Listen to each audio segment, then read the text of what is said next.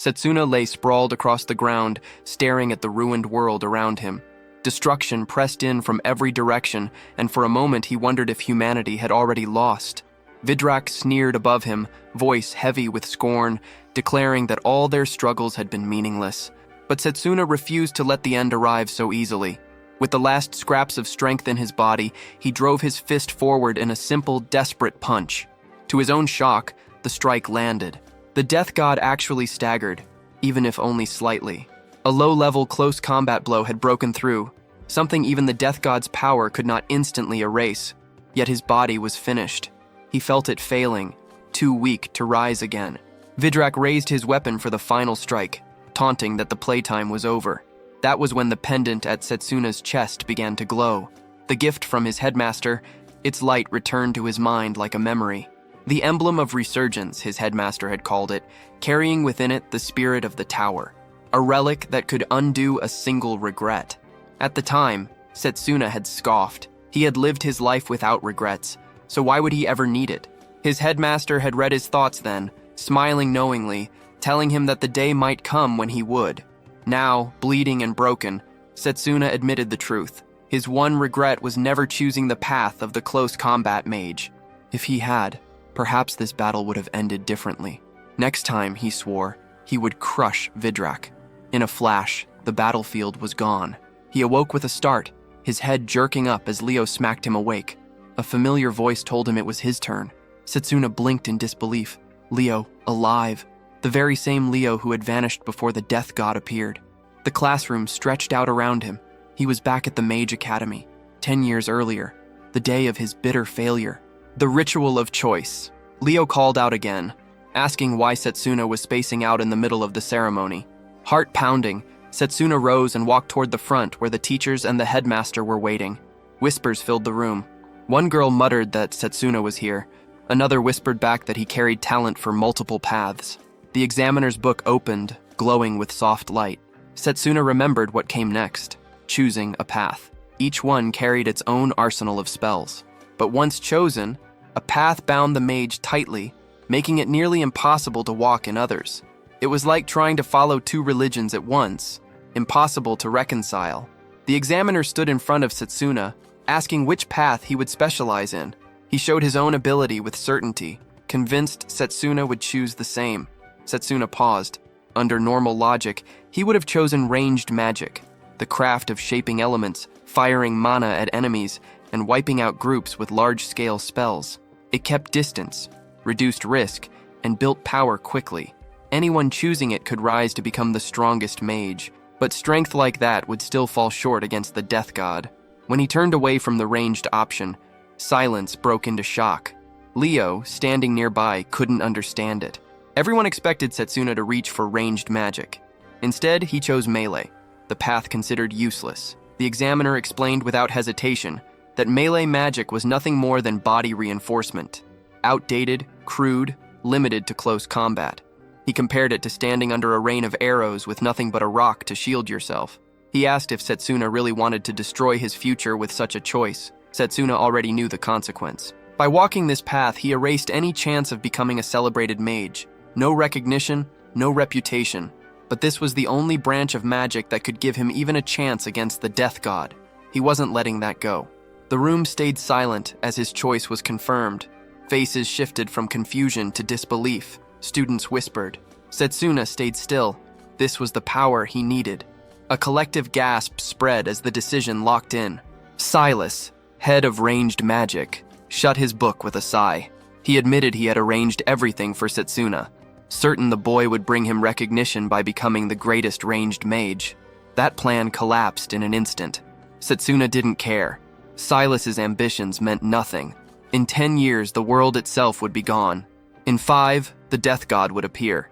No title or honor would stop that. Even carrying the memories of his past life, Setsuna knew he had stepped into something he wasn't ready for. He had no real experience in melee combat, but it didn't matter.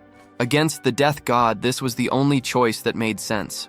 He had no choice but to master it within 5 years. Once the ritual ended, the students were ordered back to their departments. Setsuna stood there, not even sure where his own classroom was. He searched for Leo but found nothing. He asked a boy nearby for directions, but the kid, with a girl at his side, brushed him off, claiming they were late. Others were already moving in groups, ignoring him, whispering behind his back. The road ahead wouldn't be easy. He knew it, and still, he had to walk it. A voice cut through the crowd saying the rumors about Setsuna being a prodigy were wrong, that maybe he was just an idiot. Another boy added he probably chose melee just to keep the attention on himself. Setsuna thought back to how differently everyone had acted before.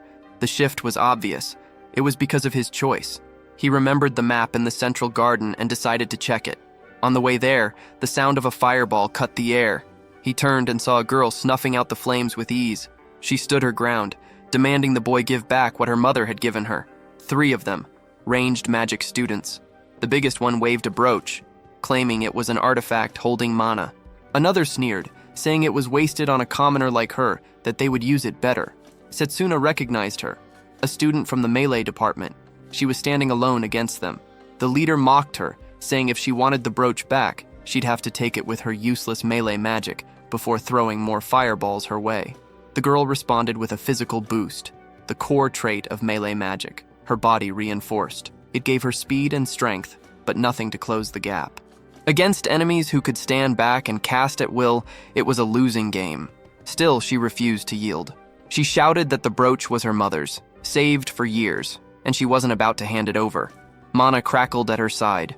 A blade of pure energy took form. Setsuna's eyes locked on it, a mana blade. He knew what it was, but he also knew the truth. Against 3 ranged students, it wouldn't be enough. The ranged magic student mocked her, saying she was trembling and doubting she could ever reach him with that short blade. He hurled another fireball, forcing her to retreat. He laughed, claiming it was just as he had predicted.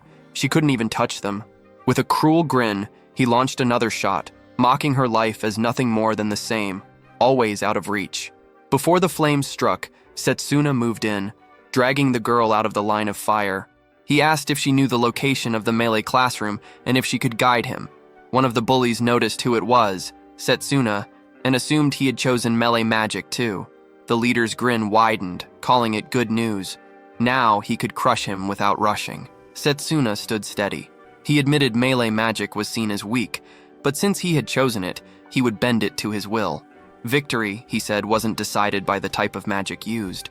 The girl panicked, warning him to stop, reminding him that these were upperclassmen and he would get hurt. The leader ignored her, unleashing another barrage of fireballs, declaring it was already too late. Setsuna focused.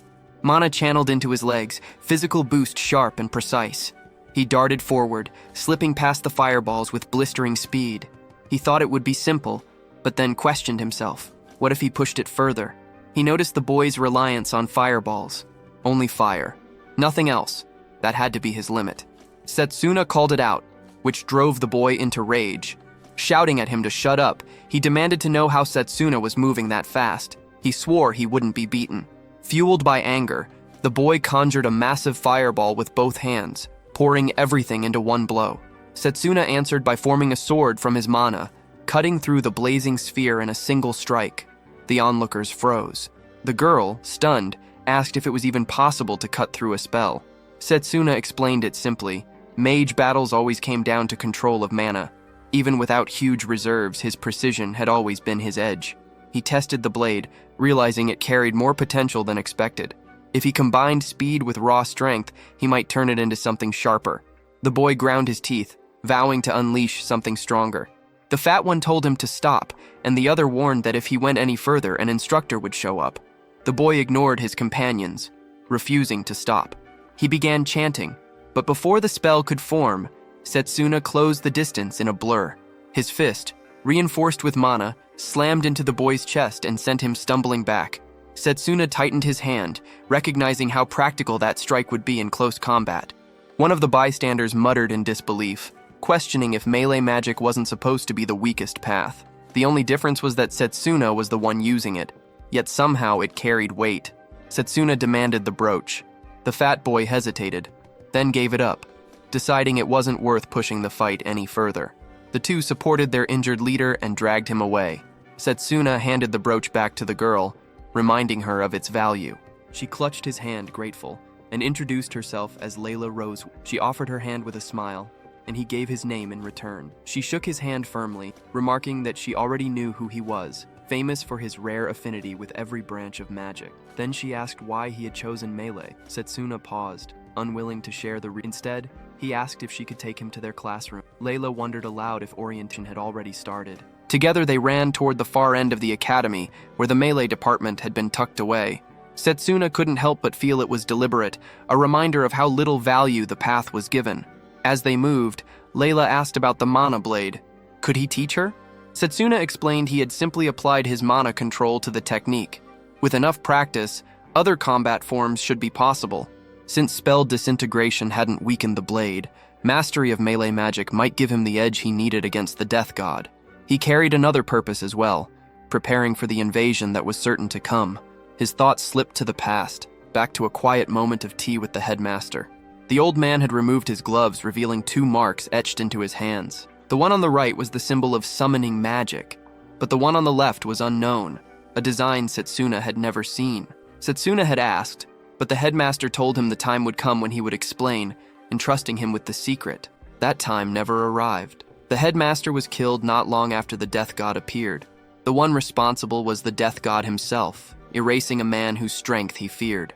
Setsuna believed that uncovering the secret of the second path of magic might give him the strength to alter the world's fate.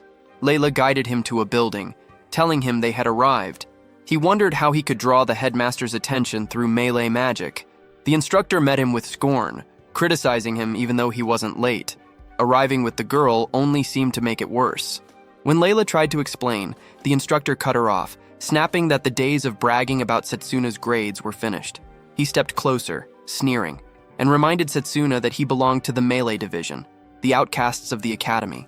Setsuna shoved the man's hand aside, irritated by the pointless words. He asked why a melee instructor would insult the very field he was supposed to teach. The instructor's face twisted. He grabbed Setsuna's collar and demanded to know how he dared to talk back. Setsuna didn't flinch. He told him melee magic had potential. That was exactly why he chose it. The instructor scoffed, certain that arrogance wouldn't last. He turned away and threw out a challenge. If Setsuna really believed in melee magic, he should prove it. Nearby, students were trying to crack a large stone with their spells. One boy staggered back after hitting it, the surface untouched. The instructor barked at them, calling this their first test.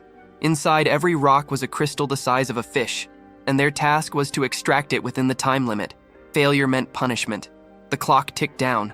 None of the students had even chipped the surface. Complaints spread. The rocks were too hard. How could they succeed when they had barely begun training? One muttered that the instructor was venting his anger at not being promoted. The instructor then called Setsuna out. He pointed at the largest rock and ordered him to show what melee magic could actually do. 10 minutes. That was all. Layla protested, shocked. The rock was bigger than the others. 10 minutes wouldn't be close to enough. The instructor only smirked and held up the timer, pointing out that they had already lost a full minute. Setsuna stepped forward and placed his hand on the stone. The instructor scoffed, asking if he really believed he could manage it. The instructor mocked him, offering extra time if he begged for forgiveness. Setsuna said he would finish it in 10 seconds. The response caught the instructor off guard, and even Layla told him not to be absurd. Zakhtari knew the truth. The rock wasn't only massive, it was dense. He himself would need half an hour to chip away at it. Yet Setsuna didn't back down. He had 10 seconds and nothing more. Setsuna's eyes hardened.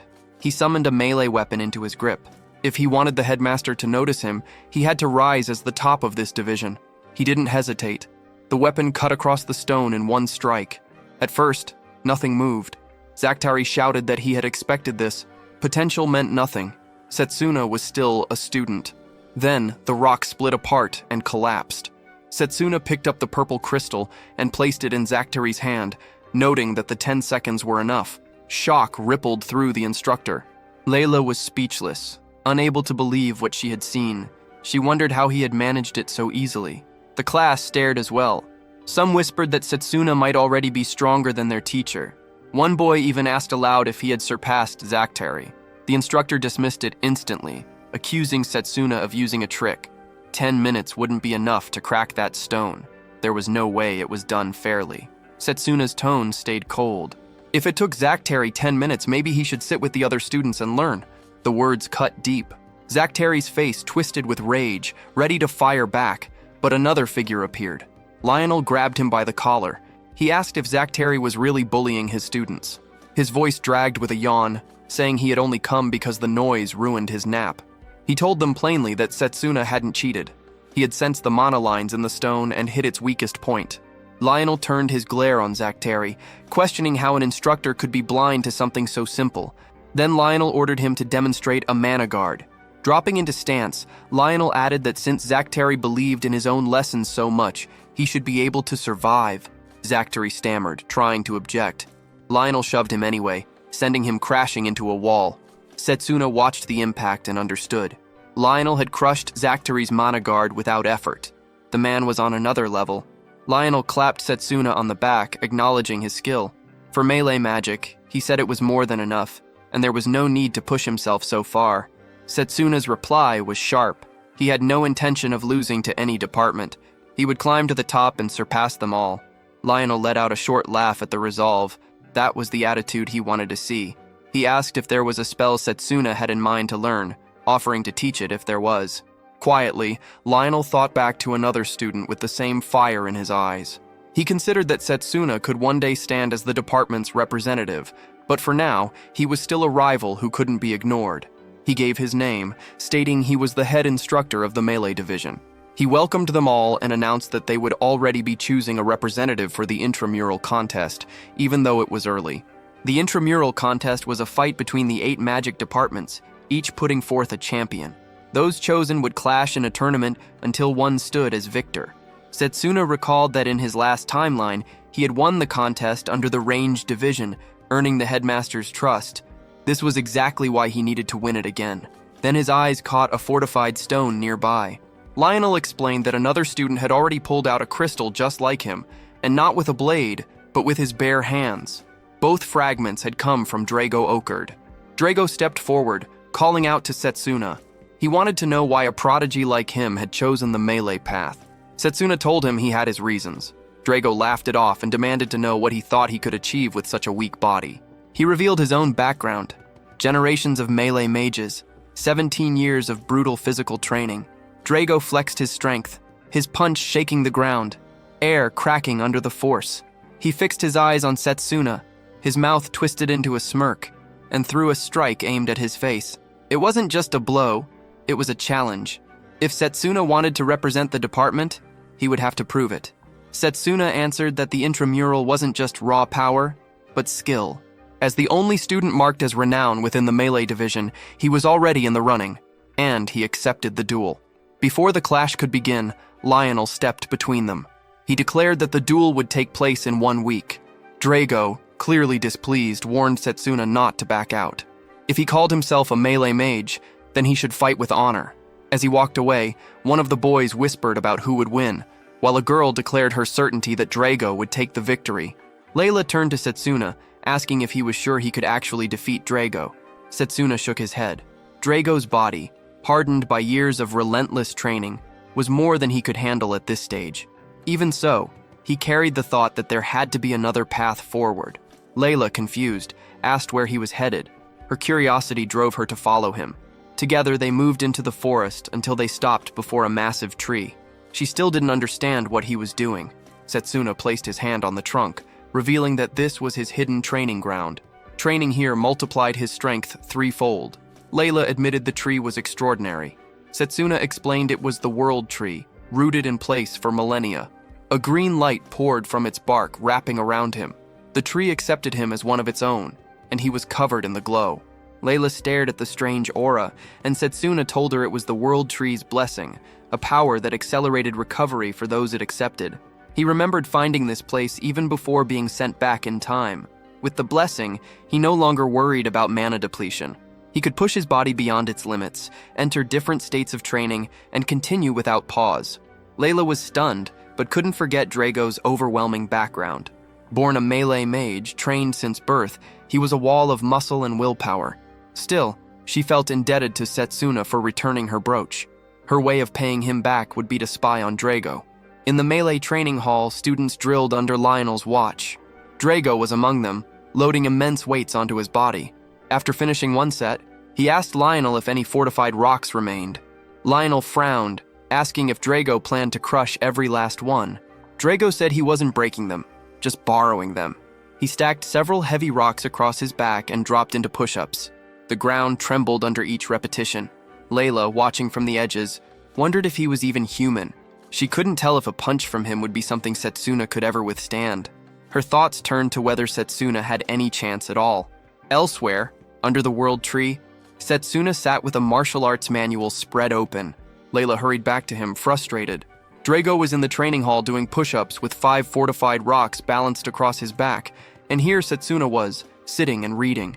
Setsuna admitted that Drago was impressive, but said that kind of intensity was simply the right level for physical training. He told Layla there was nothing to worry about, that it was part of his plan. His eyes lit with interest. She pressed him for clarity. He explained it came from a spell called Physical Bodybuilder. It hardened the body and sharpened control over nerves through mana.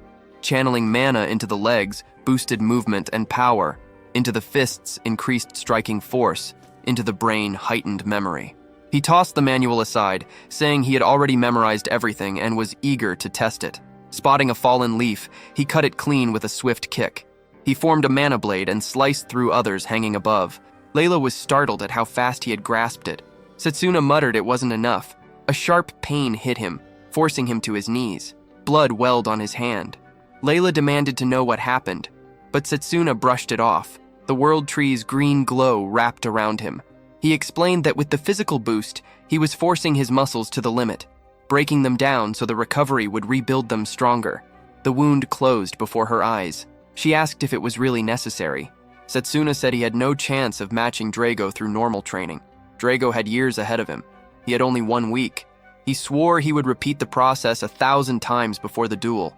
Layla was stunned, asking how he could survive such strain even once, let alone endlessly. Setsuna said perfection wasn't the point. He remembered the time when he couldn't wield magic at all. Back then he trained daily, failed countless times, but never gave up. As long as progress was made, it was worth it. Endurance came from that. They continued training together. During breaks, Layla thought about him. People always called him gifted, but she saw the truth. His strength came from work no one else could match. Now, Setsuna was lifting crushing weight while grinding through push-ups. Finally, the duel day arrived. Setsuna stood across from Drago on the battleground, the crowd thick around them. Drago's voice cut through, mocking that at least Setsuna hadn't run away. Setsuna declared he would not back down. He wanted to stand as the department's representative. Lionel confirmed both fighters were ready, and when their eyes locked, he gave the signal to start. Setsuna rushed forward first, throwing a sharp left hook. Drago caught it on his forearms, using them as a wall, but even then the impact forced him backward. Setsuna recognized at once that Drago had raised his mana guard to take the blow. Drago countered with a punch so heavy the air itself seemed to split, the shock pressing into the crowd until they couldn't even track the strike. When the dust shifted, it was clear Setsuna had slipped out of range without effort. The audience froze in disbelief, questioning if either of them had truly undergone the ritual only a week ago. Setsuna admitted that if that hit had landed clean, he would have been hurt. Drago, grinding his teeth, unleashed a flurry of fists. Setsuna weaved through them, blocking and sidestepping, which only stoked Drago's temper further. Drago barked that hiding behind defense was all Setsuna could manage, mocking his weak frame. Layla doubted the single week of training could be enough for Setsuna to close the gap. Lionel, watching, judged that Setsuna looked to be on the losing end. Drago snapped out a kick, but again Setsuna's guard held. Lionel noted under his breath that Setsuna's use of mana control was guiding the parries, deflecting power instead of taking it head-on. Drago's anger boiled over. He spat that elites like Setsuna always scorned melee magic and raged about his family being treated as lesser for generations because of it. Fury sharpened his edge as he summoned a sword, vowing to put Setsuna down. Setsuna drew his own blade in response. Both surged forward, weapons colliding in a thunderous strike. Drago pressed with rapid cuts, forcing Setsuna to leap and dodge until Setsuna countered with a slash of his own. Drago rebounded, swinging again, and the ground split beneath them as their strength tore into the stone. Charging once more, Drago's face twisted with rage. Setsuna's mind drifted to the words of 2 boys who mocked him for daring to face Drago, for choosing melee magic at all.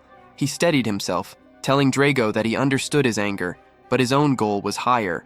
Drago faltered, confused by the words. In that moment, Setsuna broke through his mana-forged sword guard with a precise strike. Drago staggered from the strike, but quickly snapped back and landed another hit on Setsuna. Setsuna shifted into physical boost acceleration, his speed jumping as he countered with a clean blow of his own. Layla noticed Drago beginning to feel the impact of Setsuna's attacks. Lionel observed that while Drago fought with power and control, Setsuna's mana use and physical boosts were matching him step for step. To break through Drago's defense, Setsuna would need to force an opening. Setsuna pressed forward. Drago summoned another sword and swung wildly, rage spilling into the strike. Setsuna sensed the danger and slipped aside. The blade smashed into the ground, breaking it apart. Drago smirked, confident Setsuna's legs wouldn't carry him away forever. He tightened his fists, his fury making Layla wonder what he had planned next. Drago lunged with a crushing punch, but the hit landed on an afterimage. The real Setsuna was already above him. From the air, Setsuna explained that by focusing mana at a point, an afterimage could be created to confuse the enemy. Without pause, he launched forward with full speed. Drago braced himself for another clash, but Setsuna dropped the words to end it and swung down. The slash tore through with decisive force. The crowd went silent, stunned. Lionel watched closely, impressed by how Setsuna used movement to set up the finishing blow. Both fighters had shown remarkable strength. He stepped in, calling the match finished and declaring Setsuna the winner. Drago was on the ground, cut down by the final strike. Layla lit up with relief at the result. Yet, against expectation, Drago slowly rose again. Gasps rolled through the crowd. His endurance was proof of his raw strength, but fury twisted his face. He thought Setsuna had pulled back at the end, holding back the kill. Setsuna offered a hand to lift him. Drago, still burning with anger, demanded to know what Setsuna was fighting for. Setsuna hesitated, then said it was to never lose to anyone or anything, to keep climbing higher no matter what. Drago's expression shifted. He admitted that must be why Setsuna was so strong, and finally accepted the loss. Setsuna told him he had been a worthy opponent, and that his strength would be needed in the coming fight against the Death God. Lionel stepped forward, pointing out that Setsuna must have carried immense determination to fight Drago at such close distance. He lifted Setsuna's hand and announced that by the outcome of the duel, Setsuna would now stand as the representative of the melee magic department. Days later, Lionel guided Setsuna to a chamber, explaining he was about to face the representatives of the other divisions. He admitted he was the last person fit to give advice, but warned him not to stir trouble. Setsuna promised nothing would happen and walked inside where 7 figures waited. A boy with glasses eyed him, questioning if the melee magic department really planned to show up this year. He called it shameless. Setsuna identified him at once. Noel, the enhancement magic representative. Noel closed the distance, pressing his leg over Setsuna's as if to pin him. He mocked that they would meet in the first match, reminding everyone that in 100 years, no melee magic fighter had ever won. He sneered that Setsuna should sit in the corner and lift weights instead. Setsuna stayed composed, shifting his leg to press back, remarking that the enhancement division had a curious way of greeting people. Was this how they did things here? Noel's temper spiked, but Setsuna remained steady, dismissing the past century of failure. He declared that he would take the championship this year. Noel scoffed, telling him to keep dreaming. The door opened and the headmaster entered, smiling at the tension. He remarked that it was good to see such fire, but they should save it for the actual contest. All representatives rose in respect. Setsuna noted how the timing of the headmaster's appearance mirrored his previous life exactly. The headmaster stood before them. A pink-haired woman greeted him warmly, promising to bring pride to him through her performance in the contest. Setsuna recognized her, Carol of the Summoning Magic Department. Cheerful but dangerous, she had been a strong opponent in the previous timeline. He had held back then, but that didn't mean he could take her lightly now. The headmaster congratulated them for being chosen as champions of their divisions. He said it pleased him to see 8 strong students gathered together. Then he explained that the matchups for the intramural contest had already been drawn, and it would be fought one-on-one in tournament form. The opening match was set for the melee magic and enhancement magic representatives. The second would pair healing magic against raising magic. The third would pit formation against summon magic. The final match placed irregular magic against alchemical magic. The headmaster explained that the contest served as a chance to witness other branches of magic firsthand. Battles would begin in 10 days, leaving time for rest and training. He said he looked forward to the results. The students bowed in agreement. As they did, Setsuna felt this was his chance. When the headmaster turned to leave, he called out. The headmaster stopped, acknowledging him as the melee magic representative. Setsuna introduced himself and asked if he could make a request. If he won the contest, would the headmaster allow him to study his magic?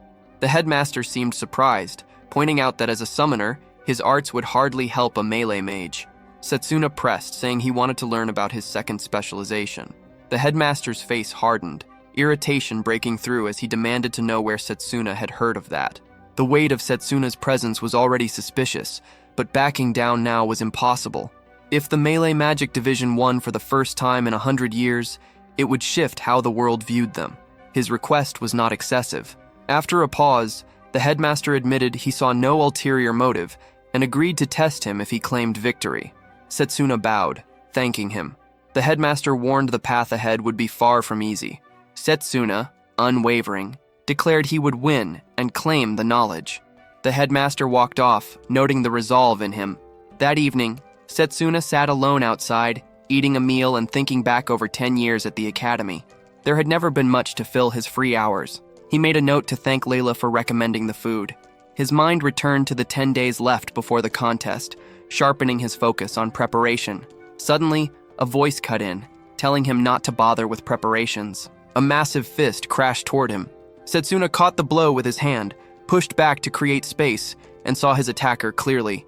It was a golem. Noel hid in the shadows, watching everything unfold. He judged the attempt decent, though only possible because he exploited Setsuna's blind spot. Setsuna quickly understood the golem had been conjured by Noel, who wielded the ability to turn life into stone. He wondered what Noel intended next. Noel stepped up the pressure, insisting they should settle things now instead of waiting for the official match against a melee mage. He summoned several more golems to strike from behind, declaring Setsuna would pay for humiliating him. Setsuna stayed calm, pointing out that Noel had brought this on himself. As bells rang in the distance, Noel decided to stop, muttering that it would look bad if others caught him cornering a weak opponent. He dismissed the golems and left, promising to crush Setsuna fully in the upcoming duel.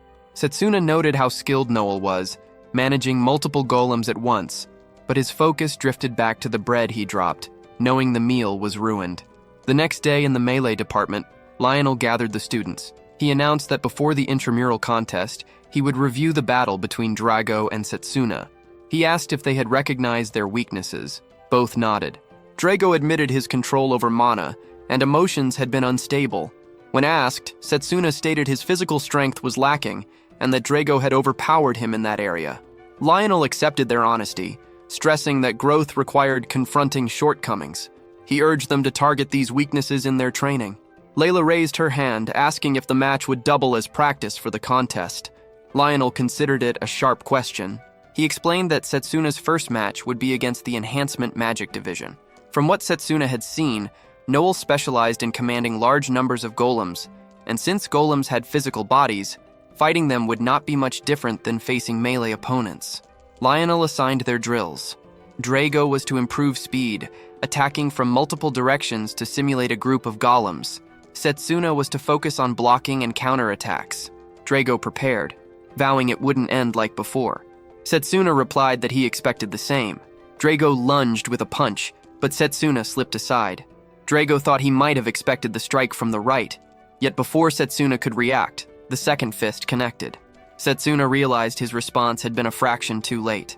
Lionel pointed out Drago's balance of speed and power, noting the strength of his defense, then told him to use footwork to counter Setsuna's movements. Setsuna acknowledged the advice, stepped back, and prepared his own punch. Time passed until both fighters lay on the ground, worn out. Drago gave thanks for the bout. Lionel approached, saying their movements had been sharp and that in a few days they should handle golems without issue. He handed them water, and Setsuna, taking a bottle, said he would not lower his guard. Lionel observed Drago's strong foundation and Setsuna's sharp instincts, seeing how fast both were growing. The contest day arrived. Excitement filled the crowd as the host announced the 781st Intramural Contest. Out of the 8 department representatives, only one would stand above the rest. Setsuna and Noel faced each other, ready for their match. The host invited the audience to place their bets. Most backed Noel, scoffing at the idea of wagering on a melee mage. A boy previously beaten by Setsuna walked up, telling him to win and prove who truly held control. In the stands, Akhtar from the Ranged Magic Division arrived, calm despite his own upcoming fight. Everyone knew the winner here would face him next. The host explained that each round would have a stage chosen at random, and for this match, it was the desert. Noel smirked, pointing out how fortune had abandoned Setsuna again. A group of kids in the audience shouted support for Noel, convinced that a melee mage would fall easily. Another boy sneered, saying it felt good to face the weakest department in the academy. Layla, hearing it, shouted back, promising they would regret their words once the fight ended. As she moved toward them, Lionel stepped in, cooling her down. The host called for the battle to start. Noel picked up a stone, asking if Setsuna knew what it was. Setsuna considered that it might be a piece of fortified rock. Noel explained that when the fortified stone mixed with the sand, it produced golems. Right on cue, a creature of hardened rock rose from the ground, blades sliding uselessly against its body. He pulled out a pouch filled with more stones and scattered them across the arena. One after another, golems erupted from the sand. He told Setsuna they would see how long he could last. Layla watched in disbelief at the sheer number of creatures Noel was able to summon. Noel boasted that in the desert, he could create as many as he wanted, and Setsuna's melee magic couldn't even compare. In the stands, one boy declared the outcome obvious while another mocked Setsuna for standing there at all. Noel turned back to his opponent, asking if he had any last words. Setsuna called it disappointing, saying he expected more. The remark caught Noel off guard, but he quickly regained himself and ordered the golems to attack. Dust and sand filled the air as they advanced, and Noel smirked, saying this was the price for daring to provoke him. The audience couldn't see through the swirling haze, left to guess what was happening. Inside the storm, Setsuna drew on his mana, cutting down the golems one after another. He had mastered how to crush them long ago. Gasps erupted from the crowd when the shapes of shattered constructs appeared through the dust, and even Noel was stunned at how easily they fell. He frantically conjured more and sent them forward, but Setsuna stayed calm, moving toward him. In close quarters, melee had no equal, and golems with stiff, predictable moves were nothing but targets. He sliced through again, driving Noel into panic. Noel screamed that he could summon more, but Setsuna pressed forward. He reached him, muttered about luck running out, and drove a punch into his body, sending him flying. Some in the crowd couldn't tell what had just happened. Others admitted they couldn't see anything through the haze. When the sandstorm thinned, the victor stood clear, Setsuna, chest rising heavy, but on his feet. Layla shouted in joy at the sight. One boy asked his friends if he heard right. Had the melee division actually won for the first time in years? A student with glasses muttered that maybe Noel had just drained his mana with too many summons. Speculation rippled through the crowd, theories piling up on how it ended. But Silas broke through the noise, stating flatly that Noel hadn't lost because of a mistake. He lost because Setsuna was simply stronger. A student nearby admitted the fight with the melee magic representative had turned out far more interesting than expected, but argued safeguards should have been enforced. The second round began, clashing hard from the start. After watching, Setsuna walked over to Layla. She praised his performance and asked if he planned to stay for the next match. He said he would, noting it would help him prepare for what was coming. He knew the second fight put summon magic against formation magic. The host announced Carol, the summon magic representative, had the advantage, while the formation magic student struggled to close the gap. Setsuna watched closely, thinking that even if the formation user was losing, his techniques were sharp and worth studying against melee. Layla remarked that the spells looked flashy, but she still wanted to grow through melee magic. Setsuna asked why she had chosen it, when she could have had potential in other paths. Layla explained, recalling a memory from childhood. She had been playing with her younger brother when a bear attacked them. They had no chance until a melee mage appeared and saved them. That image of strength stuck with her. From then on, she decided she wanted to be like that mage, strong enough to protect others. She admitted it sounded childish and felt embarrassed. Setsuna said it wasn't childish. A goal gave people limitless drive to grow stronger. Layla asked if he really believed that, and he nodded. At that moment, Leo approached. Setsuna recognized him as the sharpest in the ranged magic division, second only to himself. Leo gave credit to Setsuna for his win, admitting that for someone from melee magic, his power was striking. He then turned his eyes to the girl next to Setsuna and asked who she was. Leo hesitated, words hanging, and asked if they understood each other. Setsuna was caught off guard by the question. Layla quickly cut in, insisting it wasn't what he thought, then stood and walked away. As she left, she wondered aloud if Leo was Setsuna's friend, and suggested they should sit together to watch the rest of the matches. Setsuna kept thinking about Layla's strange reaction. Leo sat beside him, and Setsuna asked why Akhtar had become the ranged magic representative instead of him. Setsuna admitted his surprise since Leo's skills were obvious. Leo's tone dropped, carrying a hint of regret. He explained that Akhtar was sly and had manipulated him into stepping down so he could take the role. He warned Setsuna not to underestimate Akhtar, because he would use any means to get what he wanted. Setsuna understood the type and knew he would have to stay sharp. Elsewhere, Akhtar stared at a box of flowers, a twisted smile on his face. When the tournament resumed, the host declared the first match of the second round, ranged magic against melee magic. The stage was set so that any fighter who fell would not only lose but also suffer from a punishing scoring system. Drago, seated next to Lionel, muttered that even reaching Akhtar would be a challenge. Lionel agreed, noting the disadvantage.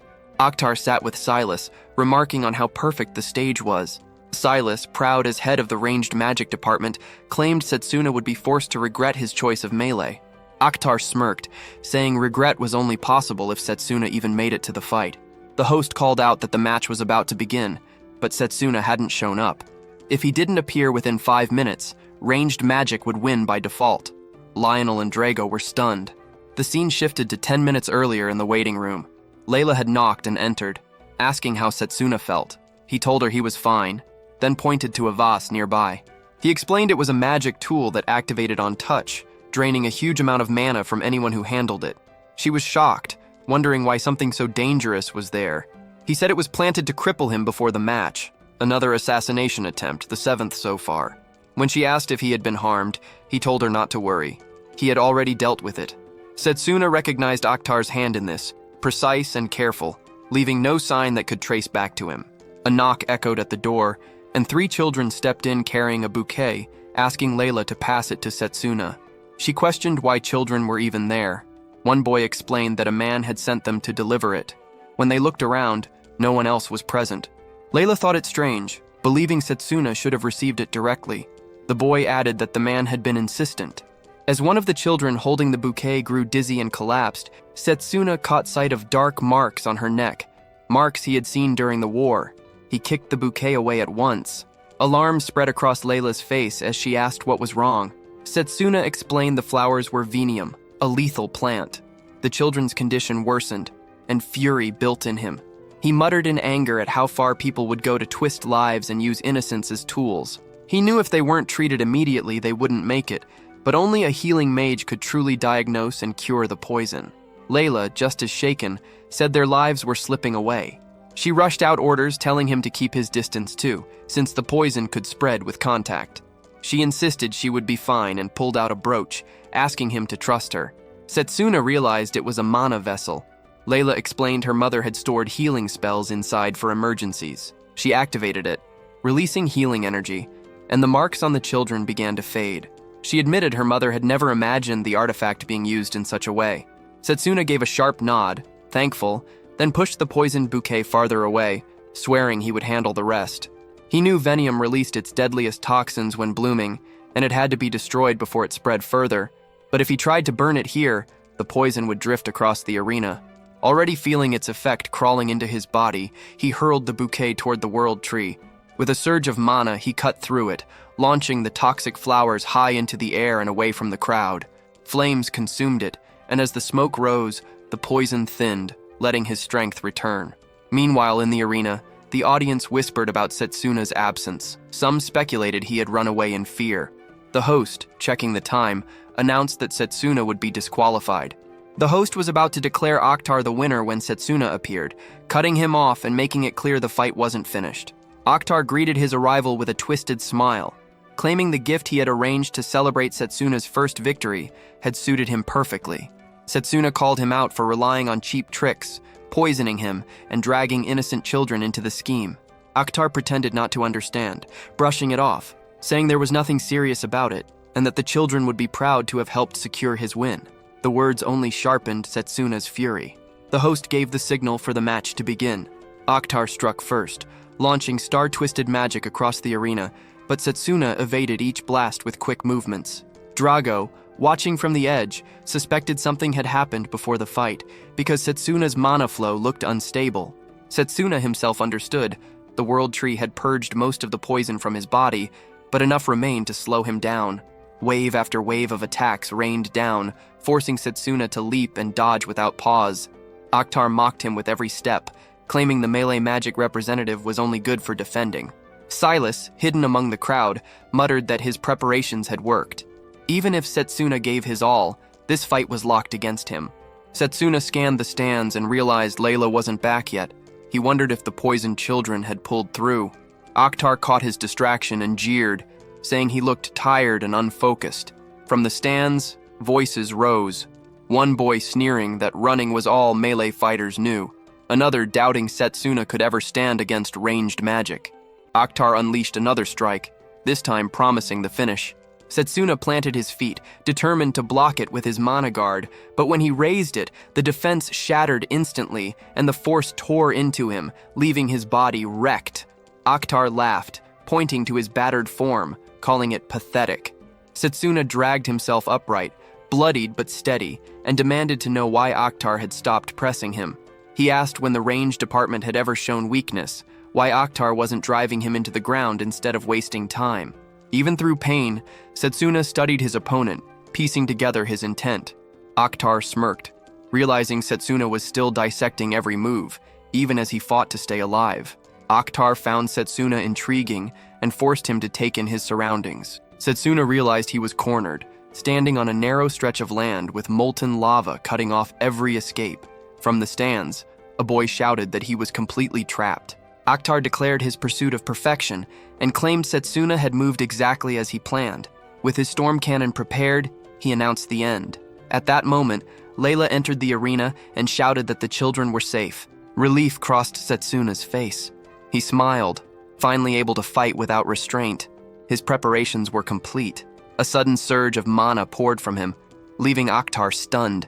He couldn't understand how Setsuna had gathered so much energy.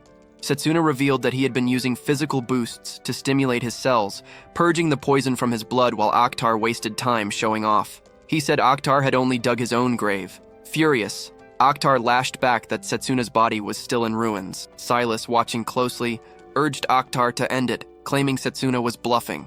Akhtar unleashed his attack, but Setsuna knew he had almost no mana left. He was down to one strike. Gathering the last of his strength, he cut through the storm cannon with his blade. The sudden counter shocked both Drago and Akhtar. The redirected blast shot back toward Akhtar, who quickly nullified it, mocking the idea that he would just stand still and take the hit. He claimed it was Setsuna who would bury himself today. But by the time he looked again, Setsuna had already closed the gap, blade drawn. Setsuna smirked, declaring that Akhtar had underestimated him. Fear replaced confidence in Akhtar's eyes. He begged for mercy, stammering apologies, but Setsuna struck him hard with his sword, knocking him flat. Coldly, Setsuna said the apologies belonged to the children, not him. The host announced Setsuna as the winner. Cheers began to rise, but the ground beneath them shifted, sliding apart. Both fighters were thrown off balance, teetering on the edge. Gasps erupted from the crowd. As they fell, Setsuna noticed Akhtar was already unconscious and at risk of being lost completely. Forcing his body into control, Setsuna stabilized himself and caught Akhtar before he dropped any farther. For a moment, he wondered if he had been too late. At that moment, Carol appeared, summoning Fenrir to pull them out of danger. Setsuna immediately recognized the magic as hers. The crowd erupted as the beast swept in and hauled both of them to safety. Carol praised her summon and turned toward Setsuna with a smile, hoping he wouldn't object to her interference. Setsuna thanked her silently, knowing Carol stood out as a clear favorite to win the Entrain Roll contest. She was dangerous, and he understood he would have to prepare carefully for their clash. The audience remained stunned by the outcome. A boy insisted it couldn't have been just luck, while a girl whispered that no one could have predicted it. From the stands, the headmaster observed in silence. Silas, furious at Akhtar, spat out his contempt, swearing Setsuna would regret surviving. Setsuna rejoined Layla, Drago, and Lionel. Layla expressed her gratitude, while Drago, having heard what had happened, acknowledged his effort as well. Setsuna asked about the children, and Layla reassured him they were safe in the infirmary, and would recover soon. Relief washed over him. He had been worried far more than he wanted to admit. Then a strange sensation struck him, a pulse of killing intent that disappeared as quickly as it came. He turned sharply, scanning, while Layla questioned him. He brushed it off, though his thoughts stayed fixed on the brief flare of bloodlust. Something at the academy wasn't right. That night he stood near the rocks in the forest, counting the days. Only 1 week remained before the final match. He remembered the twisted energy he had felt during the tournament and told himself he had to push even further. Lionel arrived, questioning why Setsuna had chosen such an isolated spot to meet. Setsuna revealed that he wanted to learn a certain spell, Lionel's Comet Fist. Lionel let out a short laugh, admitting that people once called him that, and asked how Setsuna had heard the name. Setsuna's hands tightened into fists. He had first heard it in the Maze army, before his return to the past. The Comet Fist was the name of a melee mage who once felled a dragon with a single strike. By the time Setsuna entered the army, that mage had already vanished. Now it was no longer a guess.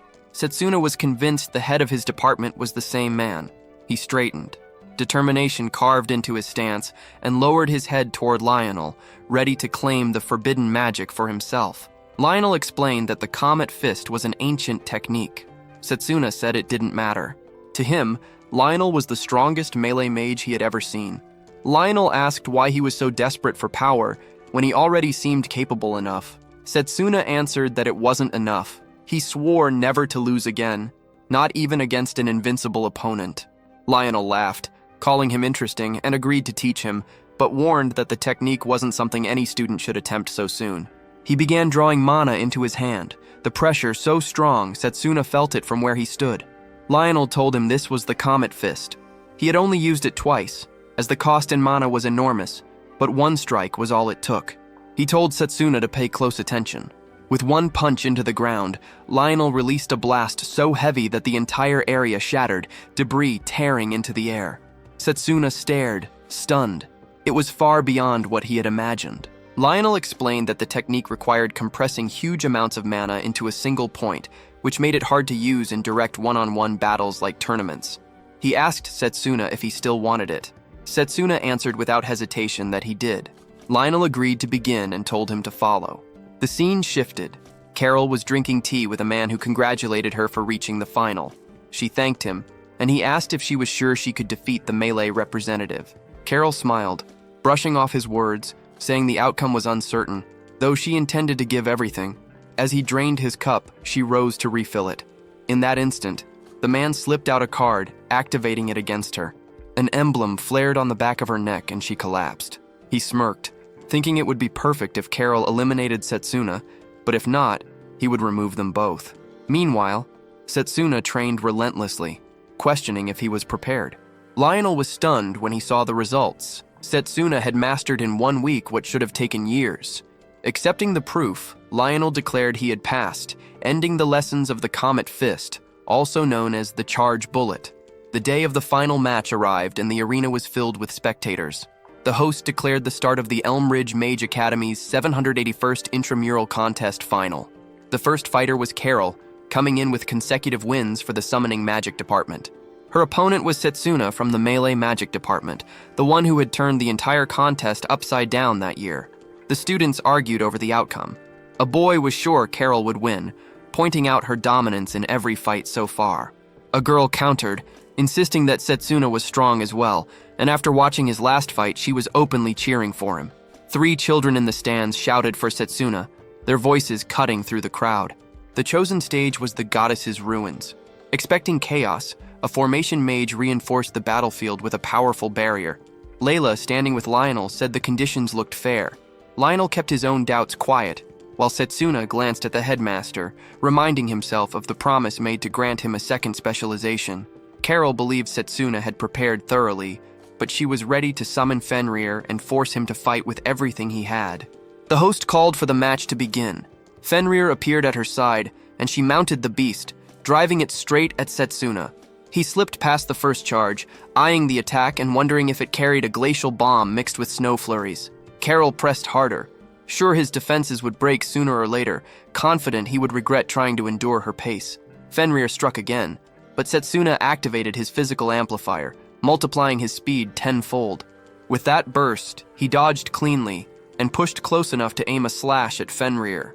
Layla's relief was clear, but Lionel stayed cold, noting that familiars were nothing but masses of mana. Injuries wouldn't last. Carol admitted his effort wasn't bad, but ordered Fenrir to release its real strength. The ground began to freeze over, ice spreading across the ruins. Setsuna froze in shock for a moment, realizing the cold wasn't reaching beyond the barrier but inside. Fenrir's strength was climbing fast. A man on the sidelines stood over the frozen floor, muttering that Fenrir's attacks would now hit even harder. His eyes locked on Setsuna, waiting for his next move. Setsuna knew that regular strikes wouldn't matter. The longer the fight stretched, the more the tide would turn against him. He shifted to using the broken ruins as platforms, jumping across them, preparing himself to gamble on the charged bullets. Setsuna shaped a blade from his mana and braced himself as Fenrir's strikes hammered the stone beneath him.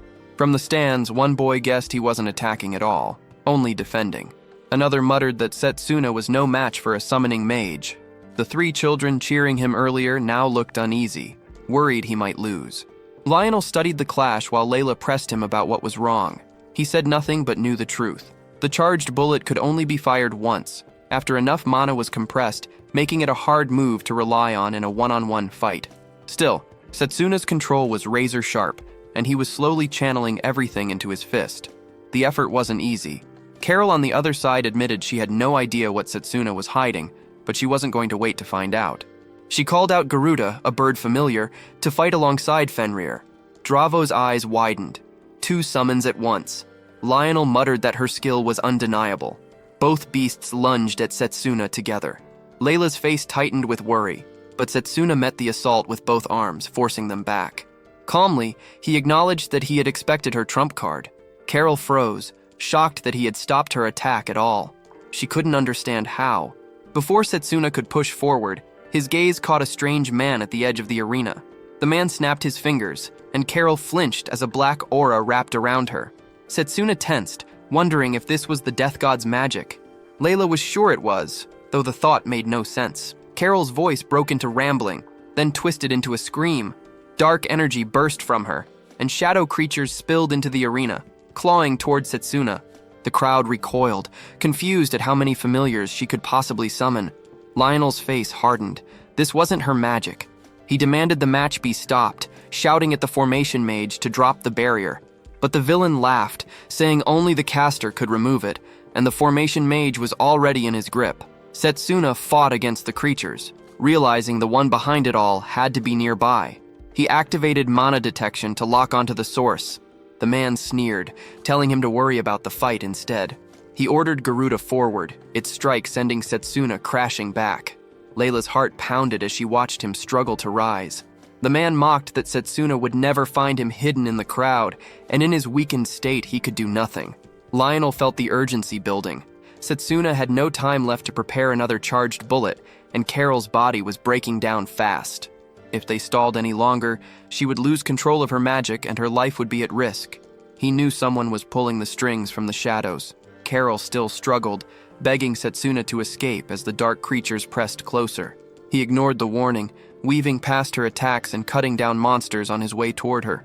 A horned beast lunged at him, but Setsuna seized its horns and slammed it against the others.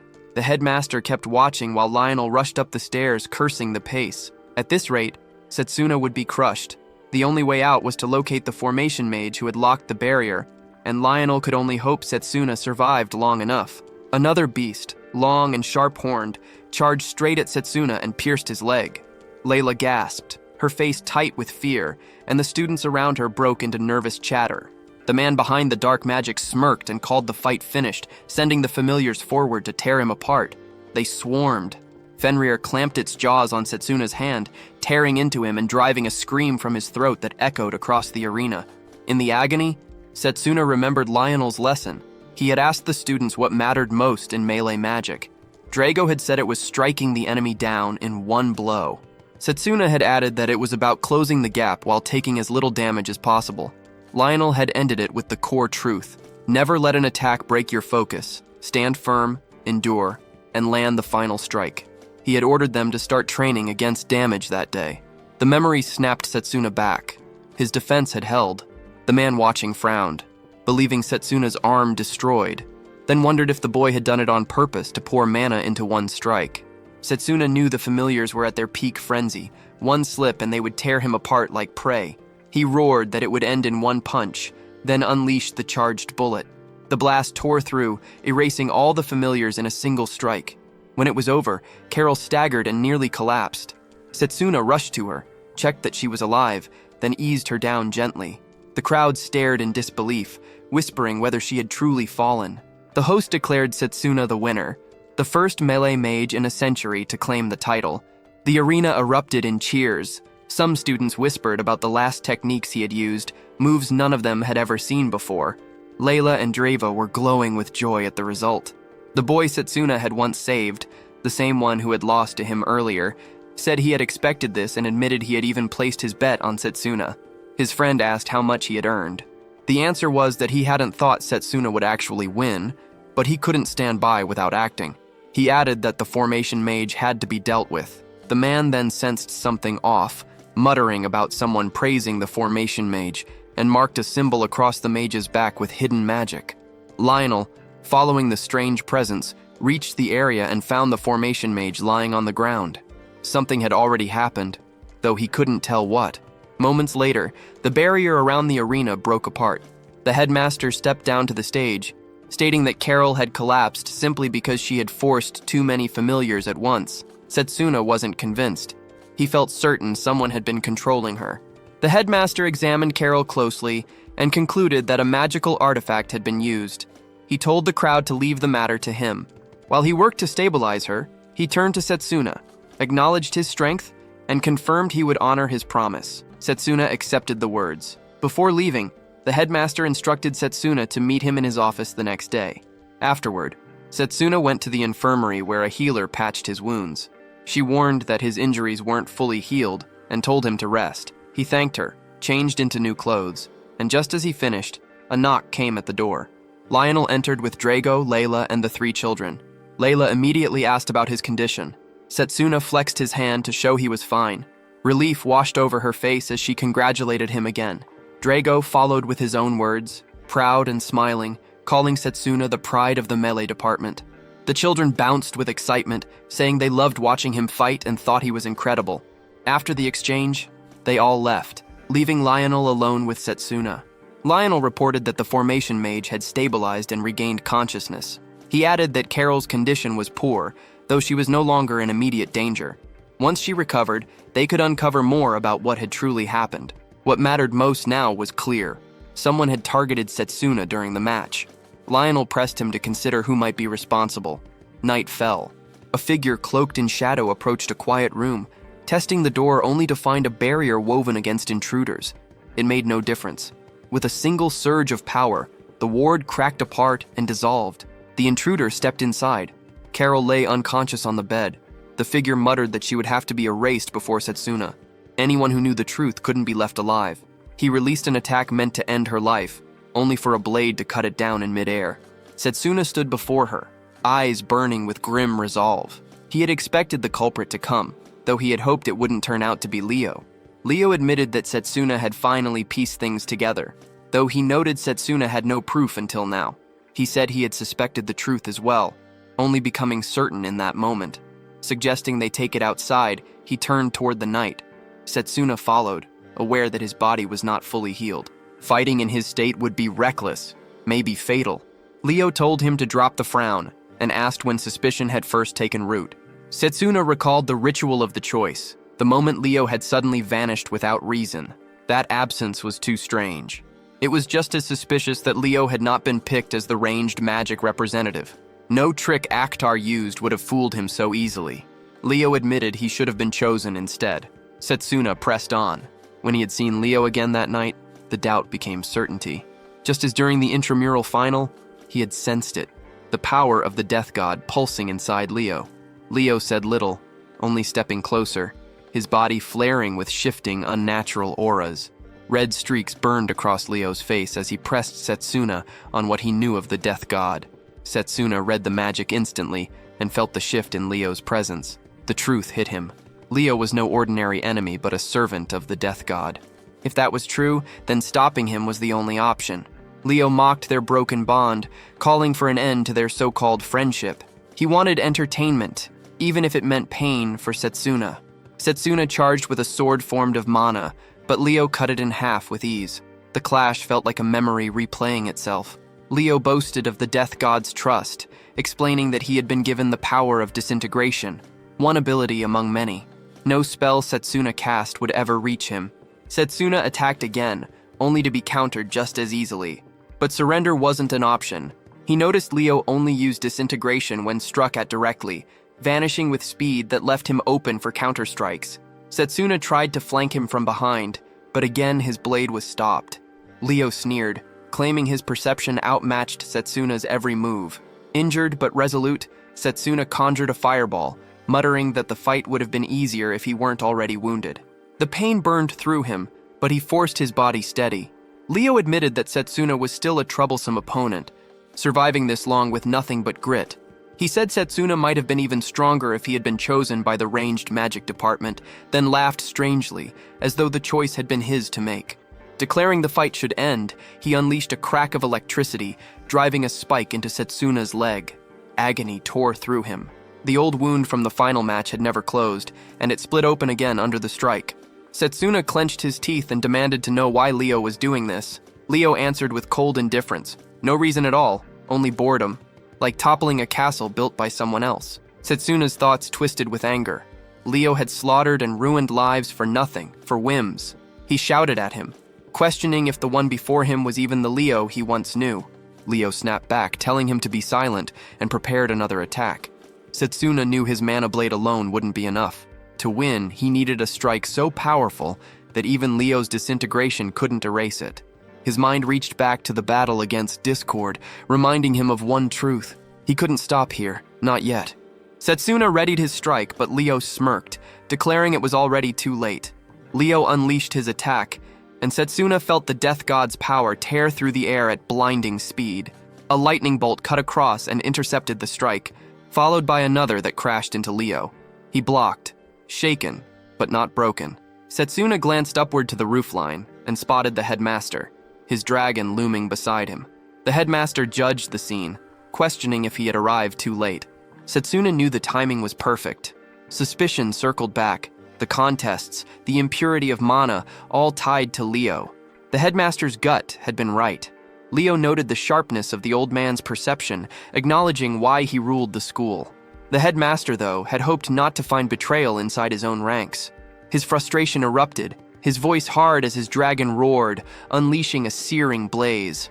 The strike should have ended the fight, but Leo stood untouched. He mocked the white dragon, strongest of all summoned beasts, claiming only the demon god's gift had spared him from annihilation. The headmaster's eyes narrowed. He recognized it now.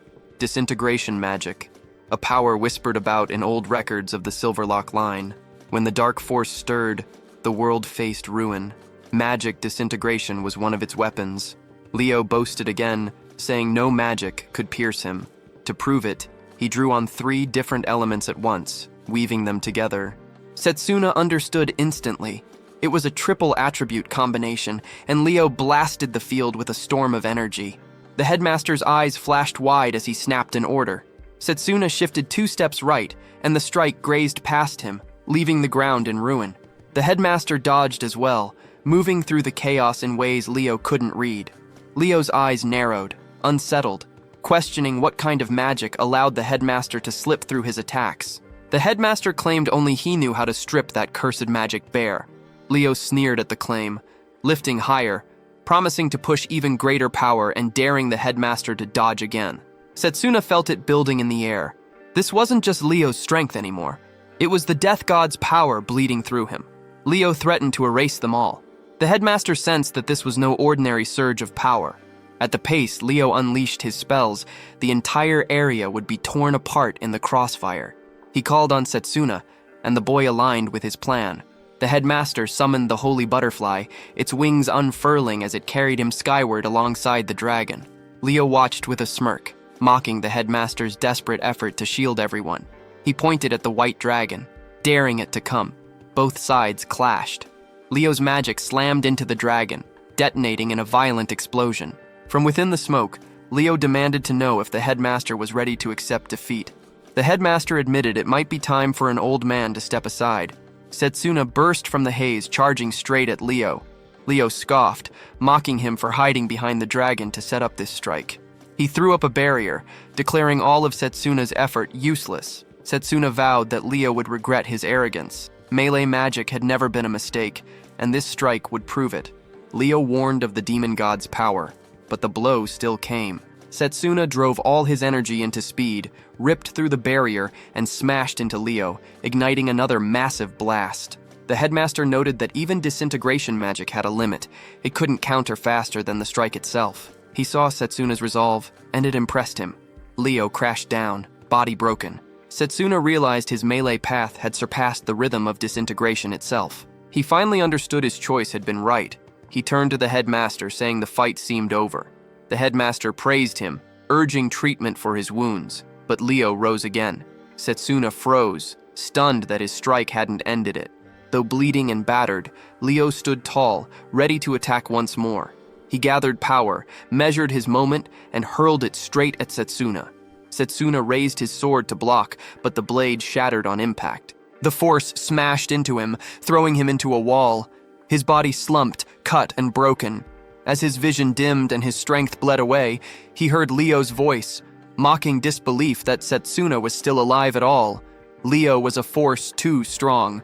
Setsuna wondered if he had fused ranged magic with disintegration, but that should have been impossible.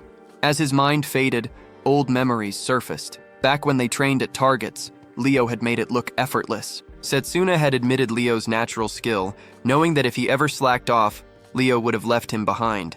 Leo had laughed then, enjoying the praise from a prodigy. During the war, Leo had pointed his weapon and mused about aiming at Setsuna next. He told him to look back. Setsuna turned and saw allies bleeding out, torn apart by monsters. Leo's voice had cut deep, branding him unworthy of the hero's name, calling him a failure for not saving them all, for abandoning them. Those words echoed when Setsuna woke on a bed, body broken. Layla sat nearby, relief written on her face.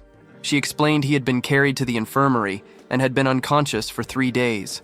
Setsuna felt the weight of failure again, powerless against the demon god's strength, just as in his past life. He asked after the headmaster. Layla said the old man was in his office, holding a meeting with the other department heads. Setsuna pushed himself up. Layla tried to stop him, but he dressed quickly. He placed a hand on her shoulder, told her he was sorry for the worry, but he needed to see the headmaster now. Then he left the infirmary. The headmaster had just ended the meeting, thanking the gathered instructors before dismissing them. As they filed out, one muttered about the work ahead. Silas muttered that all of this had been worsened by a single boy. Setsuna stepped in through the open door. The headmaster smiled at the sight of him alive. Silas scowled, unimpressed. Lionel clapped Setsuna's shoulder, saying he had endured more than enough. They were all worried, but the details of what had happened could wait. When the others were gone, Setsuna faced the headmaster, weighed down by regret, blaming himself for all that had unfolded. He lifted his hand toward the old man, asking what happened after he blacked out. Pain stabbed through his body as he moved, and the headmaster reminded him his wounds were far from healed. The headmaster explained that after Setsuna collapsed, Leo admitted he wanted to finish the fight, but had already burned too much mana. He decided to withdraw, saying it would be more entertaining to face them again later. He opened a passage and vanished, leaving only a farewell for the headmaster, promising they would meet again if chance allowed. The headmaster thought to himself that even though it had been a golden chance to strike, whatever waited beyond that passage was too dangerous to pursue. A full confrontation would have to come another day. Setsuna sat down, lost in thought, bringing up the strange entity and the rift between dimensions, something the headmaster had also witnessed. The old man asked if Setsuna had any idea who it was and pressed further. How much did he actually know? Since Setsuna had even uncovered his secret magic, he wanted an explanation he could trust completely. Setsuna hesitated. Should he tell the truth now? Could he convince the headmaster that he came from the future? The headmaster pressed him, asking if there was a reason he couldn't speak. An idea struck. Setsuna told him to examine the amulet of resurgence. The headmaster, startled, studied it and recognized it as the blessing of the spirit of time, long gone from the world. If the amulet had already been used once, then time travel wasn't impossible. Setsuna admitted it outright. The headmaster had already pieced it together. He had come back from 10 years in the future after losing everything by using the amulet. He told him everything. The death god would destroy the world. The headmaster would die at his hands, cut down along with many others. The headmaster accepted the truth, saying it was hard to believe but undeniable with the amulet before him. The spirit's power had carried Setsuna through time, but the trauma of that future must have been unbearable to force him to leap back an entire decade. He placed a hand on the boy's shoulder, telling him he had carried a crushing burden alone long enough. From now on, he wouldn't have to fight it by himself. Setsuna felt relief flood through him, a weight lifted, and for the first time in years, a spark of hope. With the headmaster beside him, Setsuna felt there was still a chance to fight back, that the world might not sink into ruin. The headmaster said he would teach him a second form of magic to stand against the death god. This was not part of the standard branches of magic, but something else entirely. Elemental magic. He suggested they move to a better place for training. Their path led to the World Tree. The headmaster remarked it had been many years since he last came there, a place he used for his own training in his youth. That detail caught Setsuna off guard. At the base of the tree, the headmaster explained elemental magic in simple terms. By using mana to merge with elemental spirits, the caster could channel raw force through their body. Unlike the normal paths of magic, elemental magic started from a different point, but it could merge with other types, making it powerful and flexible. Setsuna doubted if such a thing was possible. The headmaster decided to show him. His eyes lit up, changing color, the same as during his fight with Leo. Instead of a duel, he proposed a game of rock, paper, scissors, pointing out that Setsuna's injuries kept him from fighting properly. They played. Setsuna lost every round. Again and again, the headmaster won. At last, he explained the truth. This was the ability of the spirit of time. Elemental magic had granted him foresight, letting him see moments ahead. He went on to say that many spirits existed, each granting unique powers. A contract with the spirit of wind meant flight, with water meant evasive movement, and so on. Setsuna was struck by the possibilities. If mastered, elemental magic could transform melee combat into something far greater. But the headmaster told him he couldn't practice any of it until he secured a contract with a spirit. The first step was to attempt contact. The headmaster cleared his mind, aligning himself with nature, showing how to sense the spirits woven into everything. He told Setsuna to do the same. Setsuna closed his eyes, focused, and tried to dissolve his thoughts until there was nothing left but the feel of the world around him. Setsuna fixed his attention on the spirits, begging for the strength to stand against the death god. Nothing answered. The silence of nature mocked him. He felt nothing at all. Frustration built. He couldn't sense even a single spirit. The headmaster noticed his struggle and said Setsuna's temperament was the obstacle. Setsuna didn't understand at first, but the old man explained that unity with nature required a trance-like state, an emptied mind open enough to feel the spirits drifting everywhere. Setsuna tried again, but focus slipped through his grip. Thoughts of failure dragged at him, thoughts of how badly he wanted power, how little progress he had made. The headmaster placed a hand on his shoulder and told him not to rush, reminding him it had taken 3 years before he himself felt nature's pulse. Setsuna pushed back. 3 years was impossible. The death god's return was 5 years away, and the apostles could appear at any time. There was no room for delay. The headmaster froze at that word, apostles. Setsuna explained that, like the death god, they came from another world, wielding strange powers outside the rules of magic. Leo was one of them. Memory cut sharp through Setsuna. In his old life, he had faced only one apostle, and even then, despite all his strength, victory came barely, and only with ranged magic. The headmaster considered this, recalling records from the Silverlock family that spoke of 12 apostles in total. Setsuna accepted that truth, knowing more like Leo lurked, waiting to tear their world apart. The headmaster told him not to let fear and urgency cloud his judgment. Panic could kill just as easily as any blade. He offered another path, joint training inside the dungeon. There, Setsuna could push his limits, sharpen his strength, and maybe feel the spirits in ways meditation alone could not. Lionel would explain everything. Rest first, he warned, because it would not be easy. Far away, Leo stepped into a dim hall that resembled a ruined castle. Shadows clung to the walls. He apologized for his delay and moved forward. Zagan, the 10th apostle, mocked Leo's nerve, questioning if he was still chained to his old habits. Puka, the 9th, crawled across the ceiling like a spider, amused as he recalled rumors that Leo had picked a fight with the wrong student. He wondered how Leo managed to stir up so much chaos, especially after Bagachi had fled following his defeat. Puka pressed further, asking how Leo planned to clean up the mess he had left behind. Leo, the 12th apostle, offered a half-hearted apology, claiming he had simply gotten carried away while enjoying time with an old friend. Zagan's patience snapped. The grin on Leo's face fueled his anger, and as their eyes locked, he prepared to strike. Before the clash could begin, a voice from the distance cut through, condemning such reckless behavior. Apostles should not waste energy on petty fights that only risked interfering with their god's designs. The one speaking was Sadanaksha, the second apostle. His presence pressed down on them like a weight, forcing both to stillness as he asked if they had more to add. Zagan backed down, though not without pointing at Leo, demanding whether Sadanaksha would punish a boy who failed to finish what he had started. He even offered to kill the boy himself. Puka, entertained by the idea, claimed assassination would be better left to him, promising it would be a spectacle worth watching. Sadanaksha dismissed them both, stating it was unnecessary. The matter was already being handled, and the one he had chosen would see it finished. Days after the intermedial contest, the scene shifted back to the academy. Setsuna sat among the other students in class. Layla checked on him, questioning if he was truly ready to be there. He assured her that listening required little effort, even with his lingering injuries. She pointed out that the final match had ended only days earlier, yet he had managed to hurt himself again.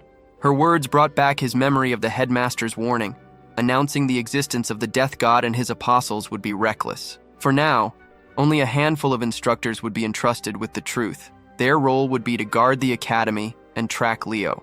The headmaster had also decided that Setsuna's elemental training would be postponed. Setsuna caught himself apologizing to Layla for asking her to prepare remedies, but insisted he was fine. What mattered was recovery. His clenched fists promised he would heal quickly and return to training. Layla sat beside him, and Lionel stepped forward to begin the lesson.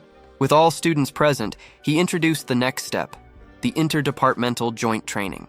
Unlike the intramural contest, which showcased different combat styles, this training would throw students into teams across departments, forcing them to combine their strengths and refine their own abilities. Setsuna quickly understood. This wasn't just about power, but about building cooperation among the departments. Lionel turned their attention to the projector, revealing the image of a one-star underground dungeon. He explained it was a replica of what they might face in reality. Because of the risk, participation would be voluntary. The training would begin in a week, and until then, they were advised to conserve their energy. Setsuna thought about the joint training the headmaster had mentioned. If he wanted to stand in that arena again, he had to recover and be at full strength. That evening, after class ended, he walked alongside Layla. She reminded him that food was fuel and that he needed to eat more to regain strength for the training ahead. He wondered what they should have. Students around them whispered.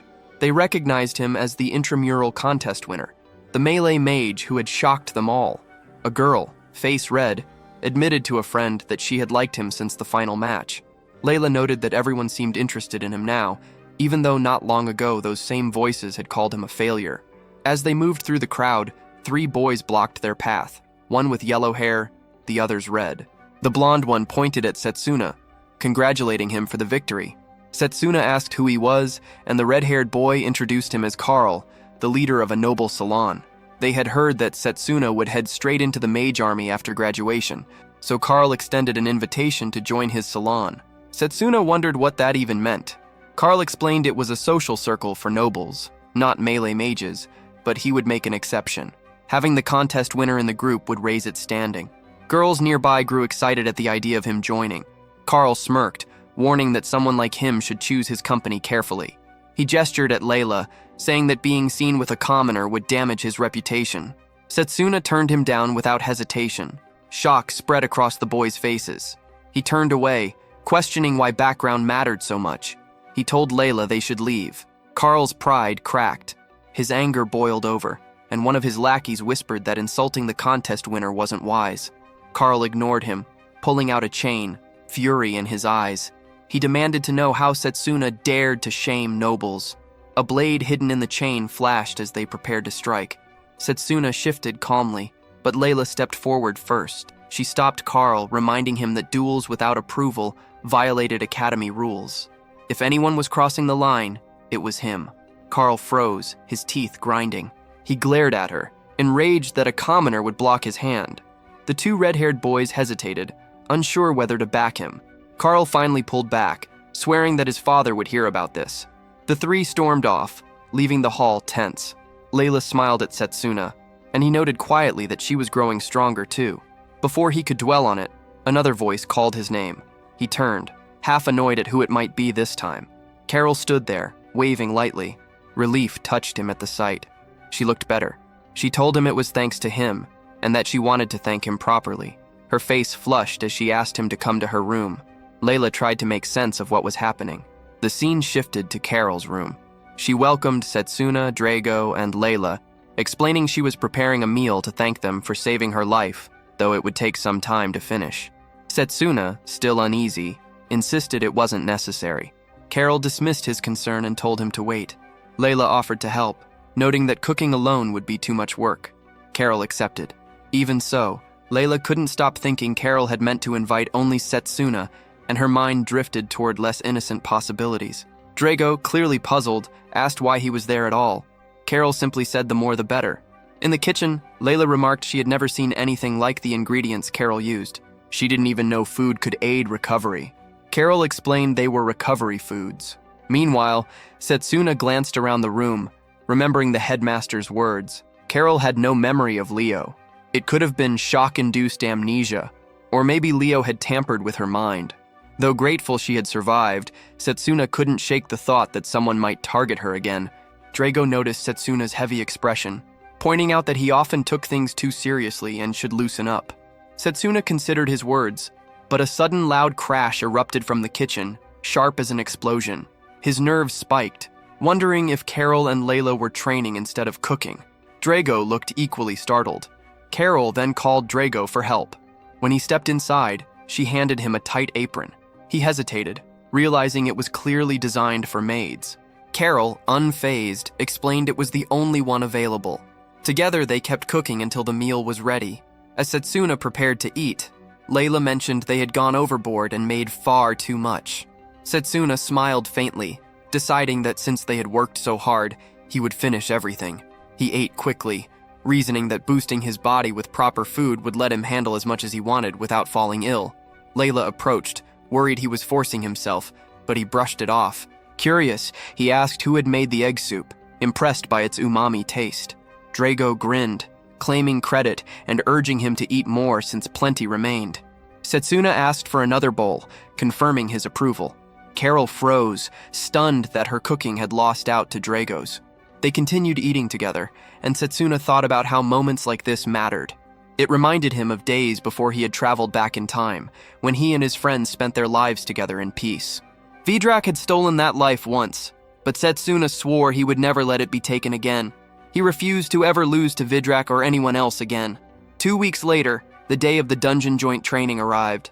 A crowd of students stood before the dungeon gate, buzzing with chatter. Setsuna and Drago were among them. Drago noted that Setsuna looked healthier than before. Setsuna admitted he felt strong, much better, thanks to the recovery food Drago had prepared, and he was grateful for it. Drago shrugged it off, saying it was the least he could do for a friend, adding that recovery food only worked if eaten regularly. Setsuna thought the dungeon would be simple with Drago and his team backing him. He trusted them completely. A boy and girl approached. The boy asked if Setsuna and Drago had been on the team long. Drago recognized them as the seniors. The boy introduced himself as Myfun, 3rd year from Formation Magic, and said they would be on the same team. The girl pulled back her hood, revealing herself as Yuzuha, and said she looked forward to working with them. Drago introduced himself from Melee Magic, and Setsuna gave his name. Myfun clapped both on the shoulder, asking if Setsuna was the contest winner. Hearing confirmation, he said they were in good hands and that he was counting on them. As he walked on, Drago muttered that Myfun seemed far more fired up than expected. Yuzuha added that it was good to put juniors at ease. Myfun only grinned, saying they shouldn't expect him to go easy from now on. At that moment, the instructor called the group to order. Giovanni, head of Formation Magic, announced that all students had arrived and the interdepartmental training would begin. He explained that the Formation and Melee departments would be working together today in the Demonic Ruins, a 1-star dungeon crawling with ancient monsters and undercreatures. The students would need to cooperate to bring them down. He raised a bracelet for them to see, explaining that every action would be logged. Each monster defeated or treasure collected would earn points. The team with the highest score would receive an Academy Medal. Any individual with more than 100 points would qualify for Royal Mage Army field training. The name pulled at Setsuna's memory, an army of the kingdom's strongest mages, comrades he had once fought beside. If he earned that chance, he could see them again. Giovanni handed out the bracelets, warning them not to stray into areas beyond their level. Stronger monsters waited deeper inside, and those fights would be suicide. He gave one last warning: avoid the lowest level of the dungeon at all costs. In an emergency, they were to channel mana into the bracelet, which would trigger a teleportation spell and pull them out. Setsuna had already set his sights on 100 points, but then paused. Both he and Drago, almost at the same moment, raised the target to 200. Their eyes met, and Drago insisted that today was the day to try. Setsuna admitted he was right. Giovanni asked if the students were ready, and the group moved forward into the dungeon. Setsuna and Drago pushed ahead the moment the training began. Running side by side, Setsuna noted they had entered the demonic ruins, a one-star dungeon built by an ancient civilization, filled with traps and treasure chests left untouched. The monsters inside would attack on sight. Even with teleportation magic as a safety measure, he knew this training would not be easy. Drago pointed forward as a new path opened. Both were stunned by the sight of a vast underground castle-like structure. The scale of the space was overwhelming. Setsuna touched the surface of a wall, wondering if it was part of some ancient plant. An entire ecosystem seemed to thrive inside the ruins.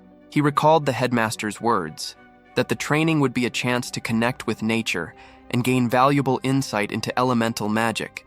He intended to seize that chance. Other students caught up. Mifune grumbled about the rush. Yuzuha pointed out something ahead, and chatter spread among the group. A few rushed down one of the paths, ignoring warnings that the other ways were filled with traps. Mifune called them fools. The point of this training was to take the harder route, and he gestured toward another path, saying that was where they should go. Setsuna thought he wasn't wrong, since the goal was to rack up points. When Mifune asked if Setsuna was following, Setsuna, uneasy, examined a wall. He noticed the plants growing. They were at a different stage compared to the rest, a sign of another space beyond. Drago asked what he found. Setsuna explained that he could even hear wind leaking from inside. Before he could say more, Drago smashed the wall open. Setsuna stared at the new path and urged they head that way. He and Drago rushed forward while Mifune admitted their observation was sharp, worth a heavy amount of points if luck was on their side. As they climbed a staircase, a massive stone ball rolled down at them. Setsuna drew his sword and shattered it, fragments scattering down and forcing Drago and Mifune to dodge. Setsuna glanced at Drago, questioning if he was ready. Drago clenched his fists, fired up to prove his strength. He wanted to show everyone the real power of melee magic and wasn't about to let Setsuna outshine him. Suddenly a flash. Arrows shot from hidden slots. Mifune twisted clear, then destroyed the source of the attack. Drago noted Setsuna's speed, always one step ahead. He said clearing the traps would leave a clean path for the seniors behind them. Then a chest came into sight. Before Setsuna or Drago reacted, Mifune used magic to snap it open. He claimed the contents and logged 15 points, thanking Drago for the assist. Drago was stunned when he realized whoever opened the chest kept the treasure. He swore Mifune wouldn't steal the next one. Setsuna and Drago pushed ahead, but Drago sensed something odd along a wall.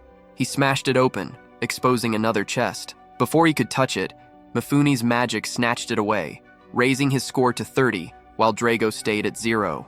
They pressed on until Drago came across a night-stalking obstacle. He tore at it, cutting off limbs piece by piece, but Mifune stepped in at the last second, finishing it off and claiming 10 points that should have been Setsuna's. Time passed before Drago finally earned 10 points of his own, while Yuzuha sat at 30. Mifune had stolen more in the meantime, pushing his total to 55 and leaving Drago seething. During a short pause, Mifune mocked him, saying skill meant nothing without awareness. He demanded to know how Drago expected to rack up points with such a mindset. Setsuna, holding 25 points, weighed the situation. The rules didn't require splitting loot fairly, but stealing from juniors was low, and seniors should show more discipline. Yuzuha called Mifune out, but he scoffed. To him, they were just weaklings whining about rules.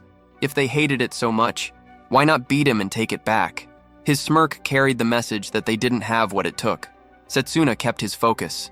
He knew better than to underestimate Mifune. Formation magic, with its shifting circles and ability to move objects at will, was versatile and deceptive, but it carried drawbacks too. His eyes shifted to Yuzuha. She had been fixated on slaying monsters since the start, barely caring about the points. Was she chasing something else? Scores climbed. Yuzuha now had 50, Mifune 80. Mifune bragged that a few more victories would seal the deal. Setsuna was at 35, Drago still stuck at 10. They stepped into a dim chamber. Setsuna felt the air grow heavy. In the middle sat an object on a throne. Mifune wasted no time and snatched it with his magic. A dark aura burst from the treasure, leaving him frozen in confusion. Setsuna recognized the danger instantly. He yanked Mifune clear as a violent beam exploded from the chest. A hand clawed its way out, followed by a twisted form rising into the light. Even though this was supposed to be a one-star dungeon, the creature's aura carried a weight that crushed the room. Setsuna understood immediately. It was the no-life king, monarch of death. The air itself seemed to whisper with cursed fire, promising eternal nightmares for its prey. The monster stirred, growling in fury at being disturbed, promising death to intruders. Drago reeled at the sound. It could talk. Setsuna barked for him to stand back. He would deal with it. Drago, still obsessed with points, wondered how much the kill would be worth. The creature lashed out at Mifune, but Setsuna intercepted, cutting through the attack. Drago lunged with a punch, but the beast threw up a barrier that stopped him cold. Drago froze in disbelief, stunned that brute force hadn't even scratched it. The creature cast a magic circle from far off. Setsuna staggered back, realizing the mana guard had likely saved him from real damage. The monster, enraged, lunged forward, swearing it would wipe them out. It unleashed multiple circles at once, and Setsuna recognized the truth. Any beast with that level of intelligence and magic was at least 4-star class. The attacks crashed down. A circle appeared in front of Mifune, but Drago cut through it in time, pulling him clear. Mifune regained his balance with Drago's help, though Setsuna quickly spotted 2 more circles forming around Yuzuha. She just stood there, frozen. He dove, grabbed her, and yanked her out before the attack landed. She nodded weakly when asked if she was fine, though her behavior still felt off. Drago tore apart more circles, forcing a path open. Setsuna touched his bracelet and gave the signal. Drago caught on instantly, but Mifune stayed clueless, muttering that he didn't care what tricks they used. He only wanted points. Drago glared at him, warning him not to try stealing credit again. Mifune promised he wouldn't betray the one who saved him, claiming he'd help, but only to grab the reward later. Drago made it clear he wouldn't let that happen. Setsuna's thoughts drifted back to his battle with Leo in the final blue field. His charged bullet back then had lacked power, and that failure cost him victory. The lesson was clear. The basics had to be mastered before reaching higher levels. He remembered training with Lionel after the court session, when he and Drago asked how to push further. Lionel had sighed, then revealed a method he'd held back: magically weighted bands. Training with them would build raw strength, and once removed, their physical abilities would spike. He warned Setsuna not to push too far, still not fully healed, and reminded them the method was pure brute force. They'd agreed, and since that day, the bands never left their arms. Now, in the middle of the fight, it was time. Both tore the weights off and tossed them aside. Mifune froze, stunned they had been carrying that burden the whole time. The monster raised another circle to attack, but now unshackled, Setsuna and Drago burst forward, speed and strength doubling in an instant. They slipped past the incoming strikes, answering with hard, precise blows. Drago leapt high, driving a kick straight at the beast. The no-life king blocked, but Drago only grinned. Such a defense would have worked before, but not anymore. Setsuna joined him, and the two struck together, landing a crushing hit that detonated with force. The ground trembled. Dust filled the chamber. When it cleared, the no-life king lay broken, its presence erased. Both their bracelets glowed, each score spiking by 50. Drago assumed the split came because they had ended it side by side. Mifune, still reeling, could hardly process what he had seen. Was this the real depth of their strength? Never had he witnessed melee magic students reach such a level. Before he could gather his thoughts, Setsuna turned to call out to Yuzuha, but she had vanished. The ground suddenly shook with violent force. A quake ripped through the dungeon, cracks splitting underfoot. Mifune slipped, about to fall, but Setsuna grabbed him and hauled him back. Their attention snapped forward. An entire swarm of monsters poured from the distance, roaring with bloodlust, charging straight at the students. Panic spread as the students scrambled. Setsuna's pulse thundered. Something was wrong in this dungeon. He, Drago, and Myfune cut down the charging beasts, focusing their strikes on heads to bring them down faster. But Myfune realized no points were appearing from the kills.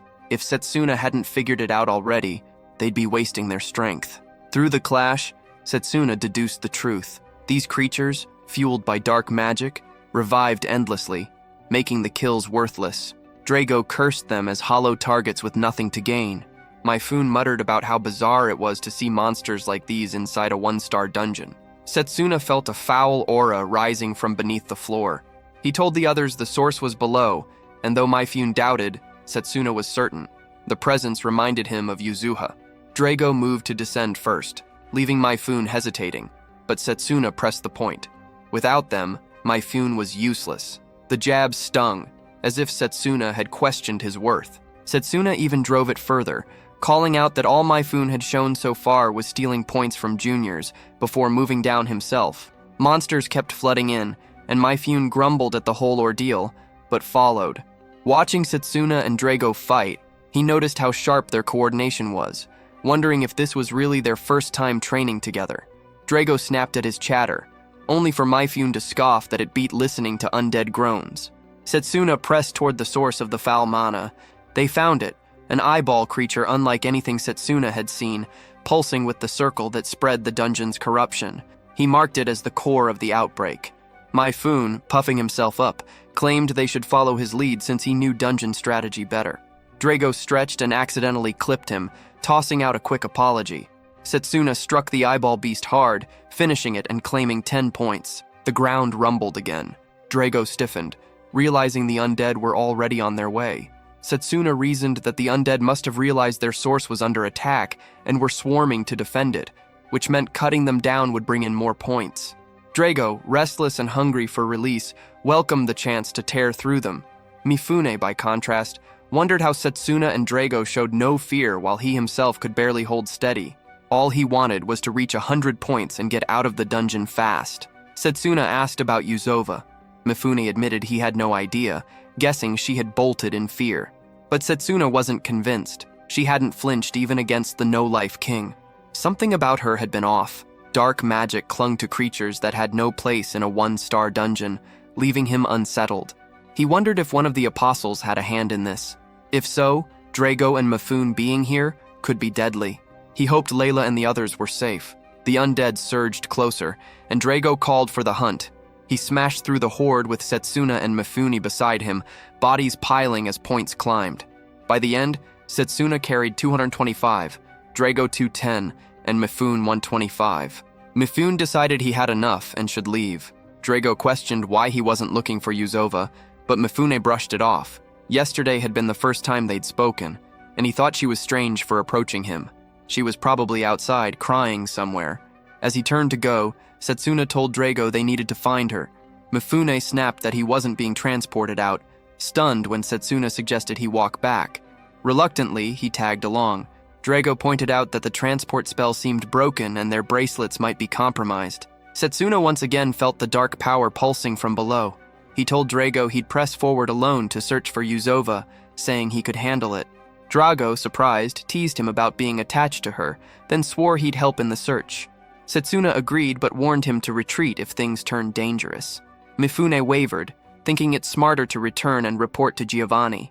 There was no proof Yuzova was even down there. But Setsuna insisted he could still feel her mana, faint but present. He urged Mifune to deliver word to Giovanni and be cautious. Mifune seethed, convinced Yuzova had abandoned them. Everything seemed to be unraveling, and he doubted both staying and leaving. Drago gripped his shoulder, telling him to stick with them, to find Yuzova and hide. Mifune gave in, saying he would as long as they left once she was found. They descended deeper, and Mifune questioned how only Setsuna could sense her mana. Setsuna explained it was practice. Suddenly, Drago froze, the air heavy and thin, every breath harder.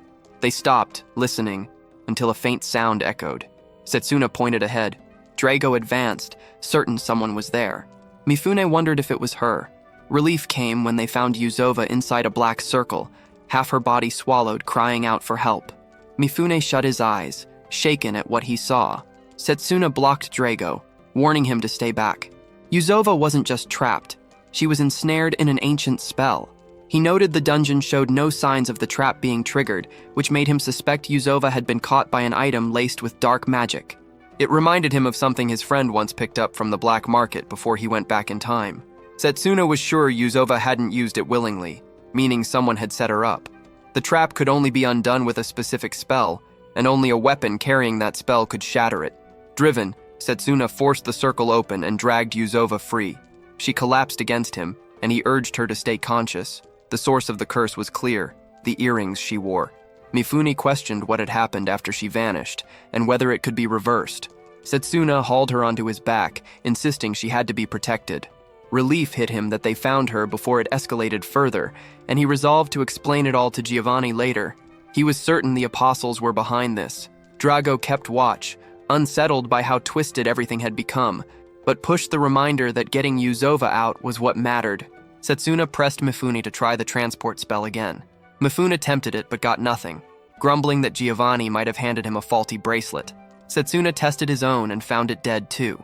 Drago urged them to move before things worsened.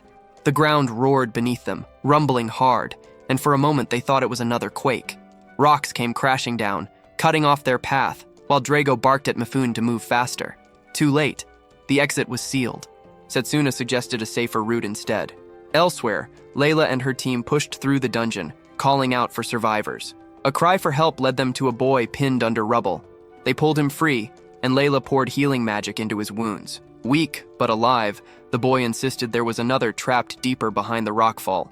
Layla prayed Setsuna and Drago hadn't been crushed and swore to find them. Back near the collapsed passage, Setsuna's group sat against the stone wall. Drago considered blasting through with a charged bullet, but Setsuna warned it might spark another collapse. Drago argued they stood a good chance of breaking out once the path cleared. Setsuna agreed, but reminded him the thinning air made the risk higher. As Drago worked through options, Setsuna admitted there was a solution, but it meant going further down into the dungeon, and with Mifune and Yuzova in their condition, it wasn't possible yet. Since carrying both was impossible, Setsuna chose to descend alone and investigate.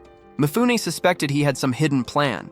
He knew Setsuna's strength, but stronger monsters could be waiting deeper down. He hesitated, uneasy about letting him risk his life. Setsuna speculated that the earthquake signaled the dungeon's awakening. The broken transportation spell was likely caused by the sheer amount of mana saturating the place, turning what should have been a one-star dungeon into something far more dangerous. Drago noted how quickly Setsuna pieced it together. Setsuna credited his knowledge to a similar event he had already lived through after traveling back in time. Mifune urged Drago to stay back while he wished Setsuna luck. Setsuna told them to mark the path behind and promised to return with a way out. Alone, he pressed forward, wondering if he could really bring down the dungeon boss with only melee magic.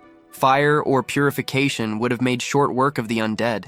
Melee focused on raw physical force, with its main weakness being the lack of reliable elemental use. Yet something inside him felt different, like a storm of power building. Meanwhile, Drago cleared debris while Mifune watched, remembering how he once thought Drago's win in the melee contest had been nothing but luck. But seeing his strength now, he realized how wrong he had been. Both Drago and Setsuna had been grinding away, while he had relied on cheap tricks. Shame gnawed at him. Drago steadied him, telling him they'd find a way out. A sudden voice called from beyond the rockfall. Drago answered, confirming the sound. On the other side, Layla's squad was searching for survivors. One of her men swore he heard movement. Layla, sharp and restless, asked if it was Drago and demanded to know where Setsuna was. Drago explained Setsuna had gone deeper to search for an exit. Layla quickly offered help to clear the rocks. Setsuna, meanwhile, descended further. The air thickened, heavy and oppressive, signaling he was nearing the dungeon's core. A gate loomed ahead, and though it might lead to escape, the boss's aura made him wary. The emptiness of a place so drenched in dark energy unsettled him. Every sense braced for an ambush. From the shadows above, 2 pairs of eyes tracked his movements. A monster lunged and he leapt aside, analyzing its form. Twin heads confirmed its identity, a 2-headed hydra. Setsuna knew immediately what creature had stirred the dungeon into chaos. Decay spread across parts of the hydra's body, proof it had been dragged back from death. Only Vidrak's power could force such a resurrection. The beast spewed poison, and Setsuna leapt clear, knowing staying close for too long would be suicide. If he didn't end this soon, the dungeon would collapse into chaos. He pulled in a clean breath, reminding himself that speed was the key. He surged forward, blades flashing against the monster. Strike after strike cut into its hide until he circled behind, recalling the last time he had faced one of these creatures. A hydra only died when its heads were severed, so he focused on one target. His blows chipped at the skull until he found the weak spot, determined to bring at least one head down. The second head spat acid. He dodged, but droplets splattered onto his clothes, burning holes straight through. If it had touched flesh, he would already be gone. Then the severed head began to grow back. Setsuna froze for an instant, realizing this thing had the same regeneration as the undead. If he fought one head at a time, the fight would never end. Both needed to be destroyed in one strike. With ranged magic, he could have drowned the beast in spells, but he wanted to try a technique he had been preparing. He remembered failing to perform it in the past until Lionel had confronted him, asking if he was training dual wielding. It would have been impressive for any forest student, but Setsuna's body couldn't keep up with the image in his head. Lionel explained the core of it: complete control over internal mana. Back then, Setsuna had been treating his body like the one he had before rewinding time. Now, after constant basic training even during recovery, he finally had sharper control. This was his first attempt since that failure. He concentrated, gripping the blade he trusted most, then reached for the second to launch the attack. The strike came out weak. While airborne, the Hydra's tail smashed him into a wall. He staggered, regained balance, and readied himself again. The technique was draining far more mana than he had expected. The Hydra answered with another acid spray, and he pushed his speed harder, knowing any slowdown meant death. Another hit would finish him. His body wouldn't withstand it, and death here wasn't an option. He stepped back, knowing this was his last shot. A deep breath steadied him. Every drop of energy gathered. Focus locked. He forced the Hydra into the wall, then leapt, both blades cutting loose in a storm of strikes. The flurry ended with one head crashing down. As he expected, losing both heads broke its limit. The body collapsed. Regeneration finished. He glanced at his torn hand, admitting the dual blade technique was still clumsy. More training was needed before it became natural. Giovanni appeared, applauding, remarking on how impressive it was to kill his creation with melee magic alone. He even guessed Setsuna had been the one who crushed Liu that night. Setsuna turned toward him. Giovanni noticed the lack of surprise, like Setsuna had been waiting for him. Setsuna made it clear this wasn't the first time he had faced something like this, always ready for any outcome. Giovanni accepted that, saying narrow minds die fast on the battlefield, while Setsuna carried both skill and sharpness. Setsuna demanded answers. Was Giovanni an apostle? And why was he doing this? Giovanni admitted that after watching the contest, one thought consumed him. What a fine specimen. He wanted Setsuna's corpse as an undead puppet, the same way he had taken Yuzova. Setsuna realized then that Giovanni was the one behind her transformation. Giovanni went on, saying she had volunteered to act as his guide. He expected much from her, but she irritated him with needless approaches and foolishly took his earrings without doubt. To him, she should see it as an honor to become undead. Setsuna's fists clenched, fury boiling over. Enough. Giovanni would pay for all of it. Elsewhere, students collapsed after pushing rocks, worn out and cursing their fate. Drago finally spotted Layla, joy flooding his face. Relief crossed hers too. Drago thanked the group for their effort and said it was time to find the way out. Layla admitted she had no idea where they were, but pointed out that the quakes had stopped and the red glow was fading. Drago guessed Setsuna had beaten the dungeon boss. Mifune noticed his bracelet reacting to mana. Layla confirmed it and suggested they climb higher to find a spot where teleportation worked. Drago asked her to take charge since Setsuna hadn't come back yet. He needed to check on him. Layla agreed, promising to wait outside with the rest. Drago thanked her and headed down. Meanwhile, Setsuna burned with rage at Giovanni, swearing revenge. Giovanni brushed it off as easier said than done. Setsuna lunged, fist driving forward, but Giovanni dissolved into ice with Frost Phantom, the blow shattering the frozen decoy. A sharp shard of ice struck Giovanni as he reappeared at a distance. He taunted, calling melee magic crude, weak, only fit for close-range fighting. He mocked the idea that he'd just stand and take such a pitiful blow. Setsuna recognized the type, one who tricked opponents and struck while they were off guard. He also knew he had already burned through a lot of mana fighting the Hydra. The fight needed to end fast. He rushed, analyzing Giovanni's magic, realizing it worked like Mifune's formation tricks. Some mechanism was bound to his teleportation. As Setsuna launched his next strike, ice surged back to block. He turned, spotting a magic circle forming where Giovanni had warped. Another burst of ice tore into Setsuna, and he felt his body dragging from the poison still in his veins. Giovanni sneered, mocking the weakness, claiming it was pathetic and asking why he didn't just give up. Setsuna's rage spiked, swearing that Giovanni would pay, that he would never forgive him, and that the curse on Yuzova would be broken. Giovanni, amused, remarked that Setsuna seemed to know exactly how to undo it. He dismissed Setsuna's concern, saying Yuzova had already served her purpose as bait to bring him here. If Setsuna still wanted to free her, Giovanni had a better idea. He yanked Setsuna by the hair and demanded loyalty. Fury boiled over, and Setsuna swung at him again. Giovanni blinked a short distance away, but Setsuna pressed forward. His blade finally landed, carving through Giovanni's arms. Giovanni stayed calm, calling him a fast learner, then regenerated the limbs with ease. He said Setsuna would join his undead collection eventually, though he still had much to teach. That was when Setsuna realized Giovanni himself was undead. Giovanni confirmed it, claiming he had been on death's door until Vidrak appeared and gifted him immortality. Now he saw himself as Vidrak's masterpiece. He scorned humans as fragile things, quick to age and rot away, insisting it was his duty to grant them real happiness by giving chosen ones eternal bodies. He taunted Setsuna again, saying the fight was over, that he no longer had the strength to resist. Setsuna's body sagged, head fogging, but he forced himself to think of a way to end it. His strength was slipping fast, then a presence brushed against his senses. Someone was close. Giovanni began chanting beneath him, dark magic crawling across the ground, claiming Setsuna had nothing left. The realization hit. Giovanni was starting the ritual. But before it could build, a stone flew in, striking Giovanni from afar. Drago had arrived. Setsuna seized the chance, driving his fist into Giovanni. Ice flared again, but this time the fight tilted his way.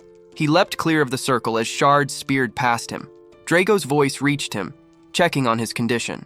Setsuna admitted Drago had just saved his life. Drago scanned the damage across Setsuna's body, but Setsuna brushed it off, saying he could still fight. He asked about Mifune and Yuzova. Drago told him the rest had gone upward, meeting Layla and the other teams.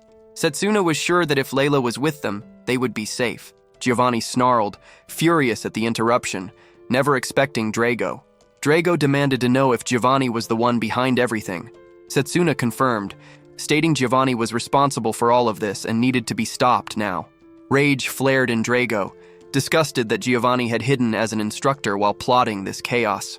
Setsuna quickly laid out Giovanni's pattern. They had to stay fast, dodging his strikes. When Giovanni warped, he couldn't do it endlessly. That was their opening. Drago would hit first, and Setsuna would follow, finishing it. Giovanni's ability was slowing, and one last clean attack would end him. Drago readied himself to test it. Giovanni cursed the interference, calling them nothing but annoying pests. Drago rushed him, ice shattered, and Giovanni reappeared at his teleport mark. He warned them not to underestimate his spells, boasting about frostbite. Setsuna seized the opening, hammering him with blows, driving Giovanni into the wall until he crumpled, badly wounded. Setsuna, already drained and at his breaking point, collapsed soon after, slipping into unconsciousness. Barely clinging to strength, Giovanni muttered that this was the last place he thought he would use the gift Vidrak had given him. From his body, he pulled an item, thinking of the Hydra, preparing to fuse it with himself. He turned toward Drago, vowing the fight wasn't finished. Drago froze in disbelief as Giovanni's body twisted, shifting into a monstrous form. Giovanni sneered, spitting venom, blaming the arrogant kids for forcing his hand, claiming he had no choice but to use Vidrak's power to crush them, promising they would regret it. Setsuna hadn't fully blacked out. Through the haze, he realized that if nothing changed, Giovanni would do whatever he pleased. His own vision blurred, consciousness slipping. Then a flare burst into sight, sparking memories of the headmaster's lessons about elemental magic, about its nature and flow. The moment felt just like the trance the headmaster had described. Spirit energy pressed in from all sides. He reached toward the flare, hoping the spirit would give him power to protect them all. A sudden voice snapped through him, telling him to stop his noise. The scene shifted. Stones floated around him, the air nothing like the dungeon. He questioned if he had been carried to another world. Turning, he saw a colossal spirit, surrounded by burning flares, its body massive enough to swallow him whole. Its mana was sharp and hostile, its mere presence overwhelming. Setsuna stood before it, trying to explain. He laid out what Vedrak and his followers were doing, the terror they unleashed on humans, the danger his companions faced. He begged for aid. The spirit bristled, unimpressed. The ground beneath him split apart, flares bursting hotter. Even from a distance, it felt like his flesh was being seared. The spirit allowed him to speak, but treated his words as meaningless noise. It questioned why it should bother with such things, then raised 4 stones that circled around Setsuna. He asked again if the spirit truly intended to ignore him. The response came cold, uninterested in his tale. The stones erupted, fire closing in, wrapping him in a grip of raw heat. The flames were merciless, threatening to burn him to nothing. The spirit mocked him, saying this place had once been calm, but now would be turned into a burning curse, reducing him to ash. Setsuna knew surrender meant death. He had to find a way to reach it. The spirit noticed his mind hadn't broken, something no ordinary human could endure. Then it felt the spirit of time lingering inside him. Setsuna screamed, begging to be heard. The spirit saw his refusal to yield and called him troublesome. It said it wasn't its place to deal with a corrupt beast from another world and its foul servants. Setsuna thought of the other world, questioning if the spirit knew about Vedrak. Determined, he declared that he would defeat them, and for that reason demanded the spirit's strength. The spirit's flames surged, declaring the task beyond him, that no matter how hard he fought, he would be trapped in endless space, burning for eternity. Setsuna refused to care, refusing to retreat. The spirit paused, told him to prove it, then unleashed hellfire. Pain tore through Setsuna as his body burned, lungs refusing air. Sensation faded, yet he forced himself to remain conscious. His thoughts turned to Drago, wondering what was happening inside the dungeon, what Drago was doing. It was too soon to stop, not while Vedrak still lived. He forced his strength together again, pleading for the spirit's power to save everyone from Vidrak's grasp. The spirit, incredulous, considered it impossible. No human should survive those flames, yet Setsuna's will still clung to protecting those outside. Even unconscious, his body still stood against the inferno. The spirit found it amusing. At last, it cast him out, telling him to take its power and punish the villains. Power from the spirit flooded into him. Meanwhile, in the dungeon, Drago felt an odd satisfaction, realizing his mana guard had failed to block the ice spell. Giovanni mocked him, impressed that a mere human endured so long, fueled only by pride as a melee mage. But his fight was useless. Giovanni smirked, seizing Drago by the collar. Drago's senses dulled from the earlier hit. Giovanni promised to end him with a single strike, along with the companions he wanted to save, cutting them apart. He threw Drago against the wall. Drago realized his mana guard was gone, his techniques spent. His thoughts returned to his parents, his father's words praising his body as a shield meant to protect his friends. He recalled the true worth of melee magic. Regret struck. He had failed to protect them as his father had hoped. Giovanni's attack neared, and Drago saw no way to stop it. Then something stirred. Giovanni faltered. Surprised Drago lasted so long, questioning if he had drained himself too much. He looked again. Drago was gone. Setsuna now stood, flares burning around him. Drago felt the heat close by and realized it was Setsuna. Giovanni's shock froze him at the sight of Setsuna's new form. Then Setsuna vanished. In an instant, he reappeared, driving a crushing punch that hurled Giovanni into the wall. Giovanni questioned how a close combat mage could wield elemental magic. His recovery was slowing, and the flames surrounding Setsuna were unlike anything he had seen. Another crest burned across Setsuna's body, proof of 2 different magical lines, something that should not exist. Fear pressed at Giovanni, though he refused to admit it. He shouted denial, declaring himself undead, beyond death itself. Poison burst in a vortex, certain no living being could withstand it. Setsuna moved cleanly, brushing the poison aside with nothing more than a release of mana. Giovanni staggered, stunned by the sheer force pouring from him, unable to understand where such power came from. He saw Setsuna's control fraying, his strength wild and unstable, and mocked him for blacking out mid-fight. He slashed for Setsuna's back, aiming to cut him down, but Setsuna dodged as if by instinct. Giovanni froze, realizing if he stopped those movements, victory would be his. A strike landed square on Setsuna, locking him in place. Giovanni sneered, calling him a human crawling in a world of dragons, vowing to sever his head and prove undeath superior to life. Layla arrived, cutting into the fight. She apologized for being late and swore he would not harm Setsuna again. Giovanni, focused on Setsuna, barely noticed her until he struck at her too. She looked at Setsuna, flames still wrapping his fading form, and wondered what had happened to him. She swore to protect him, even as Giovanni bore down. Setsuna's mind fell back into the place of the spirit. The spirit mocked him as a weak human smothered by shallow flames. Setsuna denied it, insisting the spirit misunderstood, believing they had already fused. Layla's face flashed before him. He demanded to know how to master the power and return.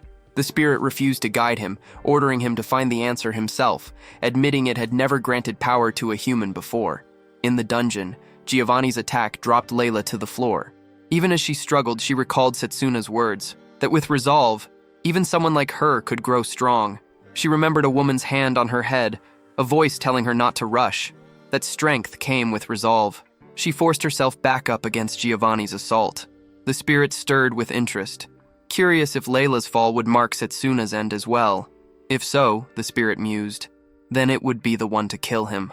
Giovanni's strike sent Layla crashing down again, but Setsuna surged forward, the flame spirit's magic erupting from him, fire swallowing Giovanni. Setsuna spat back his words. Immortality was no blessing. Humans lived on limited time, and that was why they fought, struggled, and grew. Only on the brink of death had he seized the fire spirit's magic. Giovanni raged in denial, calling it impossible, but the flames consumed him. Layla, wounded but conscious, called out, asking if this was really Setsuna. He confirmed it, told her things were safe now, and thanked her for protecting him. He asked about her wounds. She answered that she was fine, relieved they had both survived. Drago, astonished, admitted he never expected Layla to arrive. She explained that as seniors they had escaped with teleportation magic, but her instincts dragged her back here. She told them to report to the professors and wait for help. Then Setsuna felt the strange pull and collapsed. All three of them lay unconscious when the rescue squad arrived. A woman checked them, saw they were alive, and praised the efforts of the melee magic students. A man lifted Setsuna to his feet, explaining they had heard from Mifune and rushed to help. Setsuna told them to tend to Layla and Drago first, but then saw they were already being carried away. Later, he opened his eyes in a quiet room and realized he was back in the infirmary. Sitting up, he muttered to himself that it felt like he had become a regular patient there. The heat of the last fight still lingered inside his body. Lionel entered, noticing he was awake, and walked over to sit. Setsuna asked about the others. Lionel told him that even while unconscious for 3 days, Setsuna had worried about them. He assured him Drago, Layla, and the senior from the formation class were safe. Setsuna was the last to wake. Lionel explained that he had heard Setsuna fought a powerful opponent and that the principal had already taken measures to resolve the aftermath. Setsuna thought it was better that much remained unknown. Lionel then apologized for the incident involving Leo, saying there were others like him, dangerous figures hidden in plain sight. An internal investigation had been ordered but delayed by recent chaos, and no one had noticed Giovanni's ambition until it was too late. Lionel admitted regret that students had been put in danger twice and swore it would not happen again. He lowered his head in apology. Setsuna told him to lift it, but before he could continue, pain surged through his body. Lionel caught him, explaining it was the after effect of using mana far beyond his limit. The wounds themselves were already healed by recovery magic, so he had nothing left to worry about. Lionel added that it was thanks to the one who had rushed in to treat him. Setsuna wondered who that person had been. A knock echoed against the door. Lionel said the person had arrived themselves. The door opened, and Professor Zachary walked in holding peeled apples meant for him.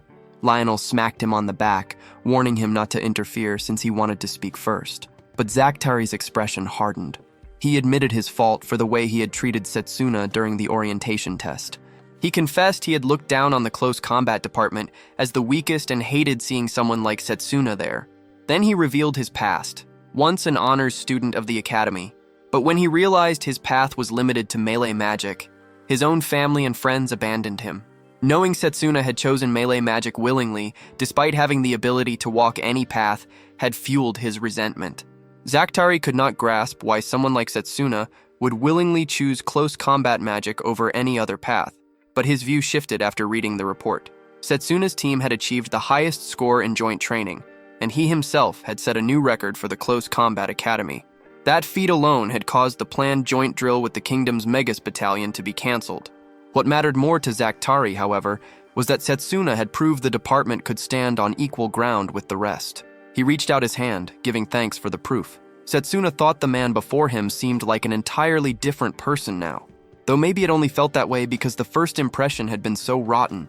He reached back, offering his own hand, admitting that he also owed Zactari gratitude for saving him. Zactari accepted and left, saying they would meet in class. Once alone, Lionel produced a glove, explaining it had come from the principal. Bandages would not serve as a permanent cover for the mark on Setsuna's hand. The glove had been crafted for the crest of spirit magic, an ancient mark no one had seen or even heard of in generations. Setsuna asked if Lionel knew about spirit magic. Lionel told him it was the same as ancient magic, the very force that sparked the Great Magic War a century earlier, and it had been outlawed ever since. He warned Setsuna not to reveal it, because if the Holy Church discovered it, disaster would follow. Setsuna remembered the history lessons about forbidden magic, and never thought that particular power had been spirit magic.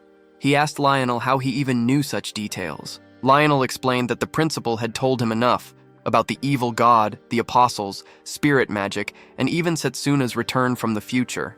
Within the academy, only Lionel and the principal carried that knowledge. Relief ran through Setsuna knowing Lionel understood, though he doubted if revealing his secret had been the wisest choice. Lionel brushed it aside, saying he didn't care about past lives. What mattered was that Setsuna was now a student of the Close Combat Department. Setsuna thanked him, then asked about the principal. Lionel answered that the man had gone to chase down a clue on the apostles and would be away for a while. Setsuna wondered what kind of clue that could be. Lionel stood, saying Setsuna could ask him when he returned. For now, rest was more important, and when Setsuna recovered, Lionel had something else to tell him. Setsuna wondered what it was as Lionel left the room. He looked at his hand, replaying the fight. He had drawn out the spirit's power. It should have ended badly, yet he had managed to contain it, thanks to Layla, but he doubted he could repeat it. Removing the bandages, he stared at the mark burned into his palm, weighing the immense power it carried. A voice echoed suddenly, confirming the thought. The voice said it was true, and warned that a human like him should not believe he could master the spirit's power so easily. Setsuna froze, wondering if the spirit itself had spoken, but when he glanced around, the room was empty. Something stirred beneath the blanket on Setsuna's body. A small creature shot out with startling speed and landed on his head. The pet introduced itself with cheer, announcing its arrival. Setsuna questioned if this was really the spirit. The creature confirmed, saying it was, but scolded him for calling it so casually. It gave its name as Blazer, demanding it not be forgotten. Setsuna looked at him and thought the image didn't quite match the overwhelming figure he had seen before. Blazer hopped to the window, eyes wide at the sight of modern human society, everything appearing massive from his small frame. Setsuna guessed that was because of Blazer's size and wondered if it mattered. Blazer dismissed it, saying the world wasn't inherently special, but admitted it gave him a fresh view. It was his first time in this form. Setsuna asked why he had taken such a form. Blazer answered that he normally ignored questions like that but would explain. Their bond was tied through the crest, and keeping his presence stable required mana. If he remained in his true form, Setsuna's supply would burn out instantly. Shrinking himself allowed the flow to last. Setsuna saw his chance and asked about the spirit's role in the Great Magic War a century ago, and what became of it. Blazer's tone shifted. He claimed he remembered little, saying he had simply raged during his old contractor's war and had no interest in the past. He preferred the present. Without warning, he sprinted out of the room. Setsuna chased him. Knowing if the Holy Church discovered a spirit's existence, they would both be dragged into an inquisition. He had to stop him before that happened. By the time he reached the outside, Blazer was already drawing stairs. Some students mistook him for a dog. Others, especially the girls, squealed over how cute he looked. Setsuna shouted after him, demanding he stop. Blazer spun in surprise, mocking how weak Setsuna's body was and doubting if he could even keep up. Setsuna gritted his teeth, thinking that if his body had fully recovered, he would show him. Blazer darted further, and Setsuna pushed after him, running straight into Noel. Noel sneered, saying Setsuna's win in the exchange match had been nothing but luck, boasting that his golems could now endure anything Setsuna threw at them. Setsuna ignored him and kept moving. Noel's scowl deepened as he watched him go. Carl appeared next, puffed up and acting noble, claiming he forgave Setsuna's earlier disrespect. He began to bring up Layla, but Setsuna brushed past without care. Carl fumed at being ignored, muttering about Setsuna's disrespect. Setsuna dismissed him with cold indifference, telling him not to overthink it. From the shadows, Silas observed quietly. Evening settled in as Setsuna reached a hall, finally forced to admit he couldn't match Blazer's pace. He collapsed, catching his breath. Mifune noticed his condition and asked what had left him so exhausted. Nearby, a girl whispered to another, asking if he was the close combat mage who had trained with Mifune during joint training. The second confirmed, adding that he had only reached the top thanks to Mifune's help. Mifune snapped at them, ordering them not to insult his friend again. When the girls left, Mifune turned to Setsuna, apologizing, saying the tension in the academy had grown since Setsuna's high score in training, even if no one understood the full picture. Setsuna admitted he never expected Mifune to consider him a friend. Mifune answered simply that everyone was worth being seen as one. Setsuna thought Mifune's personality stood out as unusual. Mifune circled back to the joint training, bringing up Yusufa, who had been caught in a trap. Her life hadn't been threatened, but the after effects lingered. She was now imprisoned and under questioning by the professors. Setsuna suspected Giovanni's hand in it and grew wary. He asked if Mifune had seen a small red creature nearby. Mifune pointed toward the courtyard. Setsuna decided they had to move at once. In the courtyard, Blazer played idly with flowers. Students gathered, puzzled by the strange creature. None had seen anything like it, and wondered who it belonged to. Akhtar, watching as well, questioned if it was some sort of magical beast. Setsuna called for Blazer, but Akhtar's face darkened when he noticed him. To Akhtar, Setsuna was becoming more of a nuisance, especially after erasing the proof of his manipulation during the exchange battle. Even so, a sharp-eyed professor had already spotted flaws in his setup. Realizing the creature was tied to Setsuna, Akhtar formed a plan. If he accused Setsuna of bringing a magical beast into the academy, he could justify striking it under the guise of protecting the school. He readied himself to attack Blazer, certain no one could fault him afterward. Blazer looked wary for a moment, but quickly retaliated, blasting fire and blowing the strike away. Akhtar froze, shocked. His front burned, clothes charred, and shame forced him to retreat in a rush. Setsuna exhaled, relieved that Blazer had avoided harm, but whispers rose among the other students, their stares heavy. They had seen Akhtar humiliated and witnessed the raw firepower Blazer unleashed even in his shrunken form. Concern spread. If such force was possible in that body, the threat was undeniable. One boy muttered about the strength of the flames, astonished by their scale. Another questioned if so much fire could really come from a creature that small. Blazer dismissed their chatter, asking if they were all allies of the police boy. The crowd, uneasy, backed away and left. Layla had been watching closely. When Setsuna noticed, he took a step back. She seemed deep in thought. Blazer needled her, asking what she was plotting, warning that he could burn her too. Setsuna thought Blazer meant it. As she drew closer, Blazer remarked that she seemed ready for it. Layla dropped to her knees, thanking him for aiding Setsuna in the dungeon, bowing in gratitude for saving her treasured friend. Blazer approved, telling her to be grateful he had tied his power to Setsuna. Setsuna caught the shift in Blazer's tone. Layla picked fruit from a basket, offering it to Blazer, saying she had brought it during her visit to Setsuna. Blazer accepted the gift and ate, remarking on its quality. Blazer quickly added that it wasn't so bad and even admitted he liked it. Setsuna figured the spirit was proving to be easily tamed. While the students ate, Blazer made himself comfortable on Layla's lap, devouring her food without hesitation. Layla noted his ravenous appetite and turned to Setsuna, asking what sort of creature he was. Setsuna answered that Blazer was a magical beast. He knew if the truth of Blazer being a spirit came out, the church would intervene, and even Drago couldn't be dragged into that mess. For now, caution was still necessary, though Blazer showed no immediate danger to the others. With Layla's plate already emptied, Setsuna slid his own food forward, thanking her. She stayed quiet. To him, Blazer only looked uneasy from being surrounded by so many people. As a pair of students walked past, the girl whispered that Setsuna was the close combat mage who had scored highest in joint training. The boy's eyes fell on Blazer, saying he had never seen such a creature before. Just as Blazer leaned toward Setsuna's food, he muttered that something like him would naturally draw attention.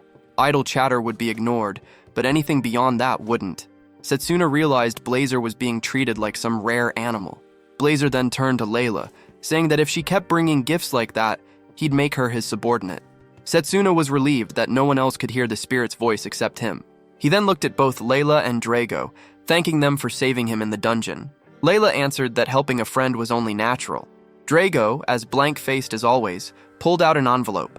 He explained his parents had heard about his top score in training and were so proud they sent a letter, making him feel honored to stand as a close combat mage. Setsuna was glad and smiled at the thought. Layla shifted the mood, voicing concern over Giovanni's identity. Setsuna admitted he wasn't sure, but they would know more once Yuzo's interrogation ended. His mind drifted back to their first encounter with Giovanni, convinced the man was an apostle. The only distinct ability Giovanni showed was controlling the Hydra, and that alone was proof enough. Drago's expression hardened as he asked about the strange power Setsuna had displayed in the dungeon. He had seen the energy field made of mana, and it didn't resemble close combat magic at all. Setsuna stalled, uncertain how to answer. Layla then guessed aloud that Blazer had lent his strength to him. Hearing this, Blazer admitted she had sharp perception, since she recognized the source of the power. Setsuna thought the spirit had already been completely domesticated, leaving him strangely empty as he fumbled for how to explain it.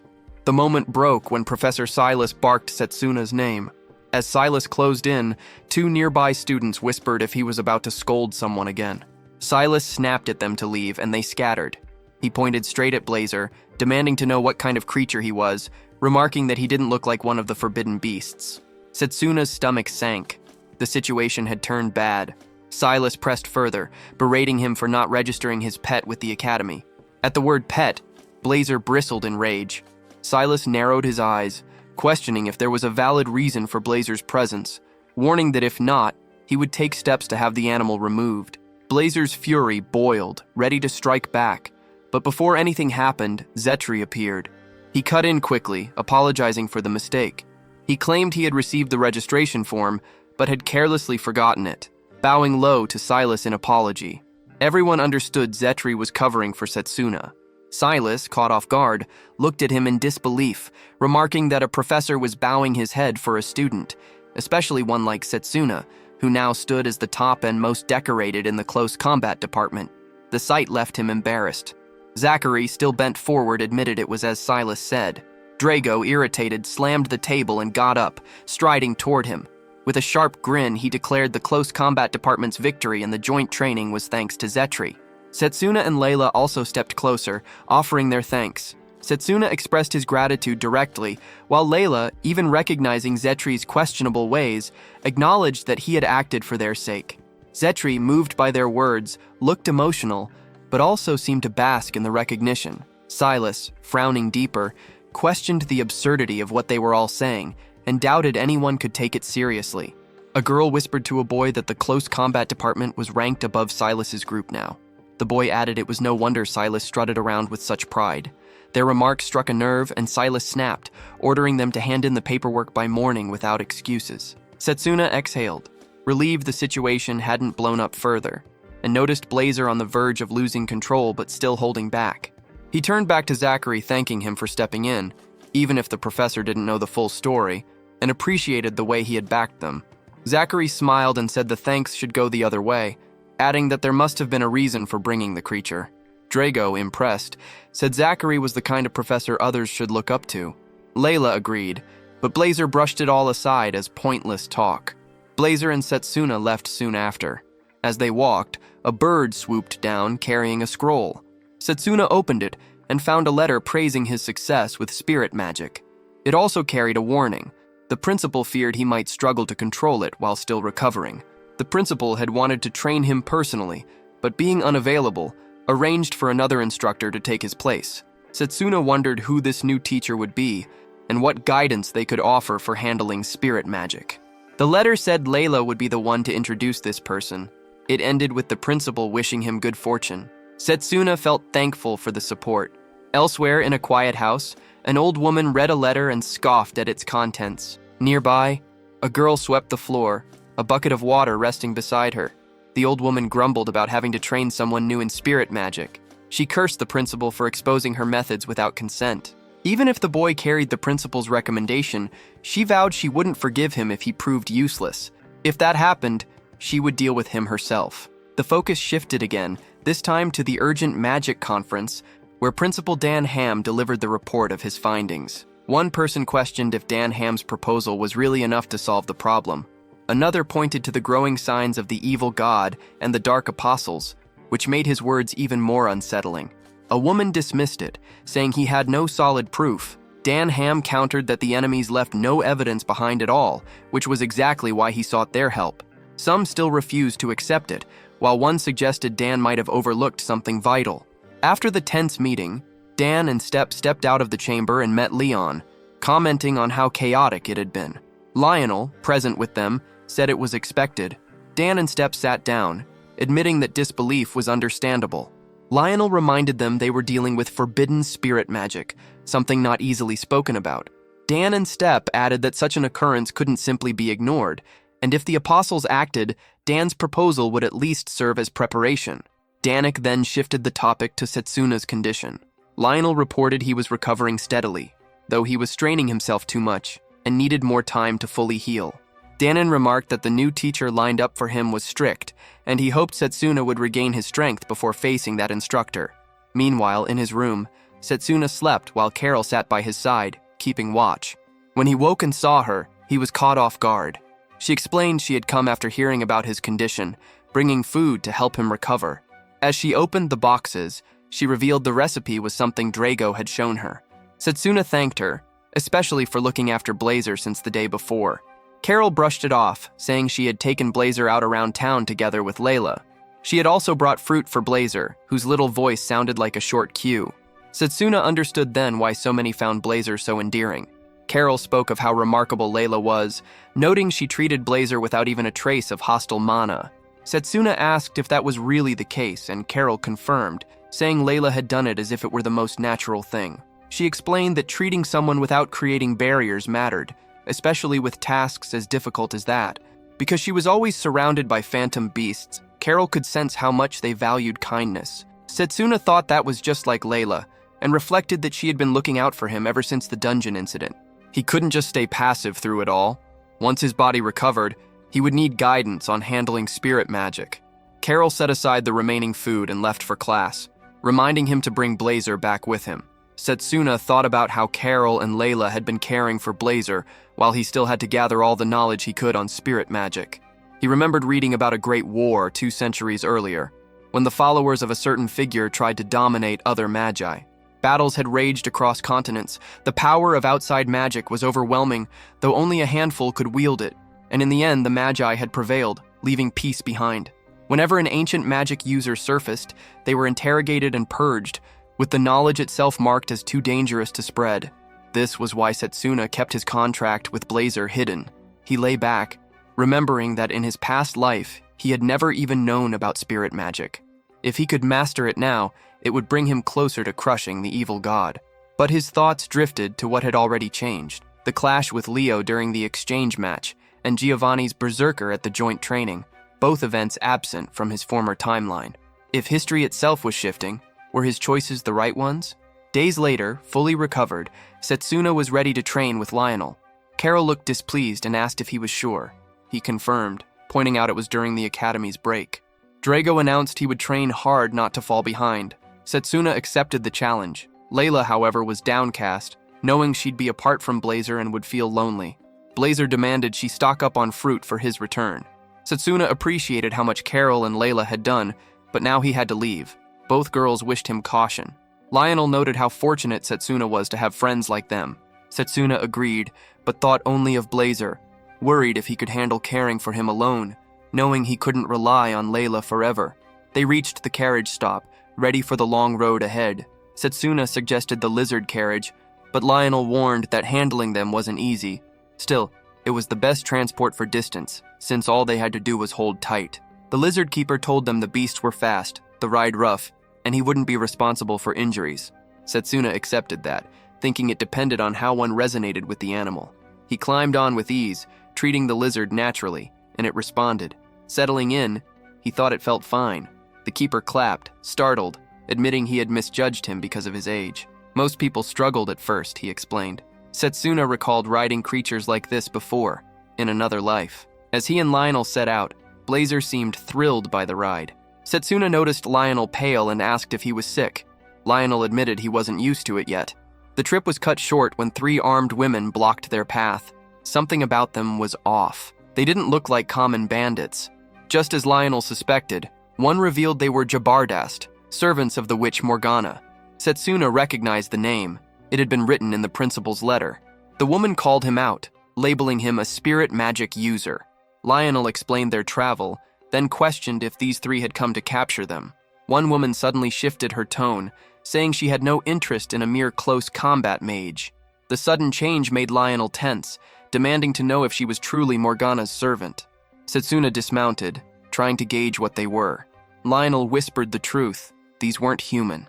Setsuna then understood they were alchemic dolls. One fixed her eyes on him, saying he must have been picked by a spirit by luck. If not, she dared him to prove it by defeating them. They attacked without pause. One lunged straight at Setsuna, who raised his sword and blocked the blow. Lionel pulled the lizards back, then answered with a crushing punch at their enemies. Setsuna broke down the situation, realizing that for dolls to wield such strength, their master had to be on another level entirely. One of the women smirked, mocking that he was cornered, claiming she had no reason to explain spirit magic to a close combat magus. Lionel, irritated by her arrogance, snapped back, calling her out for underestimating them. He summoned a massive sword, making it clear he was ready to fight for real. Setsuna understood that to gain Morgana's acknowledgement, he had to crush the dolls. Lionel reminded him they had no other path but to fight. The women launched a giant orb of magic, and both reacted instantly. Lima signaled Setsuna not to evade but to push through. He slashed the orb apart, and Setsuna saw firsthand the raw power of the Zamana blade. Another of the women remarked on their skill, then all 3 charged again. Their weapons crackled with lightning. One swung at Setsuna, and he dodged at the last second. Another fired a blast of black lightning at both him and Lionel, forcing them to leap clear. The third raised her weapon, and Lionel warned that if it connected, the surge would fry them alive. Setsuna caught on quickly and threw himself aside, narrowly escaping the spreading electricity. Morgana's voice cut through, observing that if close combat fighters were weak against elemental magic, then attrition would eventually crush them. Setsuna reflected on why melee users struggled. When elemental attacks landed, the body took the brunt of the damage. Magi who fought with external mana absorbed far less, making survival possible, while close combat mages had to endure it head-on. Against pure elemental force, endurance was nearly impossible. Morgana mocked further, pointing out that even modern magus armies relied on golems and summoned beasts to hold the front lines. She dismissed close combat mages as relics, claiming Setsuna and Lionel stood no chance against her creations. Setsuna admitted to himself that melee fighters had lost their place, but that didn't mean their potential was gone. He slipped past an attack, closing in, and proved his point with a crushing punch. On the other side, Lionel fought the second doll. Spotting an opening, he hammered her in the back, holding back enough not to destroy her, only to disable. The fight pressed on, the dolls relentless, forcing Setsuna and Lionel to dodge blow after blow. Setsuna focused, channeling power into his hand, envisioning the strongest weapon possible in this moment. When one doll lunged, he vaulted aside, grabbed a tree branch, used it to propel himself into the air, and struck with a heavy kick from behind. Morgana watched, noting how they twisted the structure of the mana blade and used the terrain to their advantage. Lionel, meanwhile, kept pressing another opponent with heavy strikes. Setsuna noticed that his blows were aimed to aid Lionel against his opponent, and he reflected that his hardened body, sharpened through training, paired with refined technique and mana control, was what made it possible. If they used their abilities correctly, close combat would never fall short. A strike landed on the ground, forcing Lionel to leap back. The three women locked hands, and Morgana's voice carried through them, making clear that surprise attacks were useless. She questioned how they would pierce elemental magic at such close range. The women shaped a sphere of magic. Setsuna thought that if the attack wasn't aimed at him directly, he could shatter it with a charged bullet. Still, He knew its force would weaken against the water magic flowing through it. Blazer suddenly appeared, dismissing the spell as nothing difficult. He claimed that if his power was unleashed, the entire forest could be reduced to ash. Setsuna's elemental magic ignited, flares of raw energy circling him. Blazer commended his focus, then pushed to ramp up the firepower to burn everything down. The pressure sharpened into pain, and Setsuna demanded he hold back. Blazer halted, questioning why he hesitated. Did he not want victory over the three women? Setsuna admitted he wanted to win, but this fight was meant to test his own strength. Blazer scoffed at the notion. Then, the barrier vanished. Morgana's order reached her servants. Bring Setsuna to her. Lionel looked on, baffled at the sudden change. The women apologized for their conduct and asked him to follow. They arrived at a grand house where Morgana waited beside a girl. She called Setsuna by name, and he understood who stood before him. She demanded to know why he had withheld his spirit magic during the fight. Against a water barrier, melee alone would have failed, and spirit magic could have broken it. Setsuna admitted she was right, but said he could not expose spirit magic recklessly against unknown foes. If he had unleashed it there, the forest would have been incinerated, the wildlife destroyed for no reason, an outcome he refused to accept.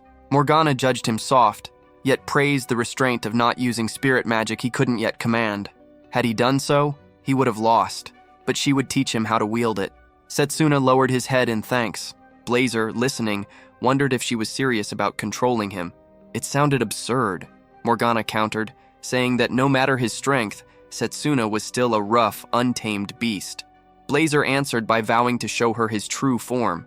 Blazer's body swelled, drawing mana straight from Setsuna without restraint.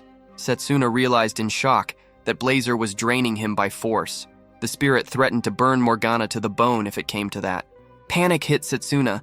He couldn't rein in Blazer's power, and if it continued, the entire forest would go up in flames. Morgana cut through his fear, pointing out there were no other humans in the forest, which gave her control over the situation. But she wouldn't allow Blazer to torch everything.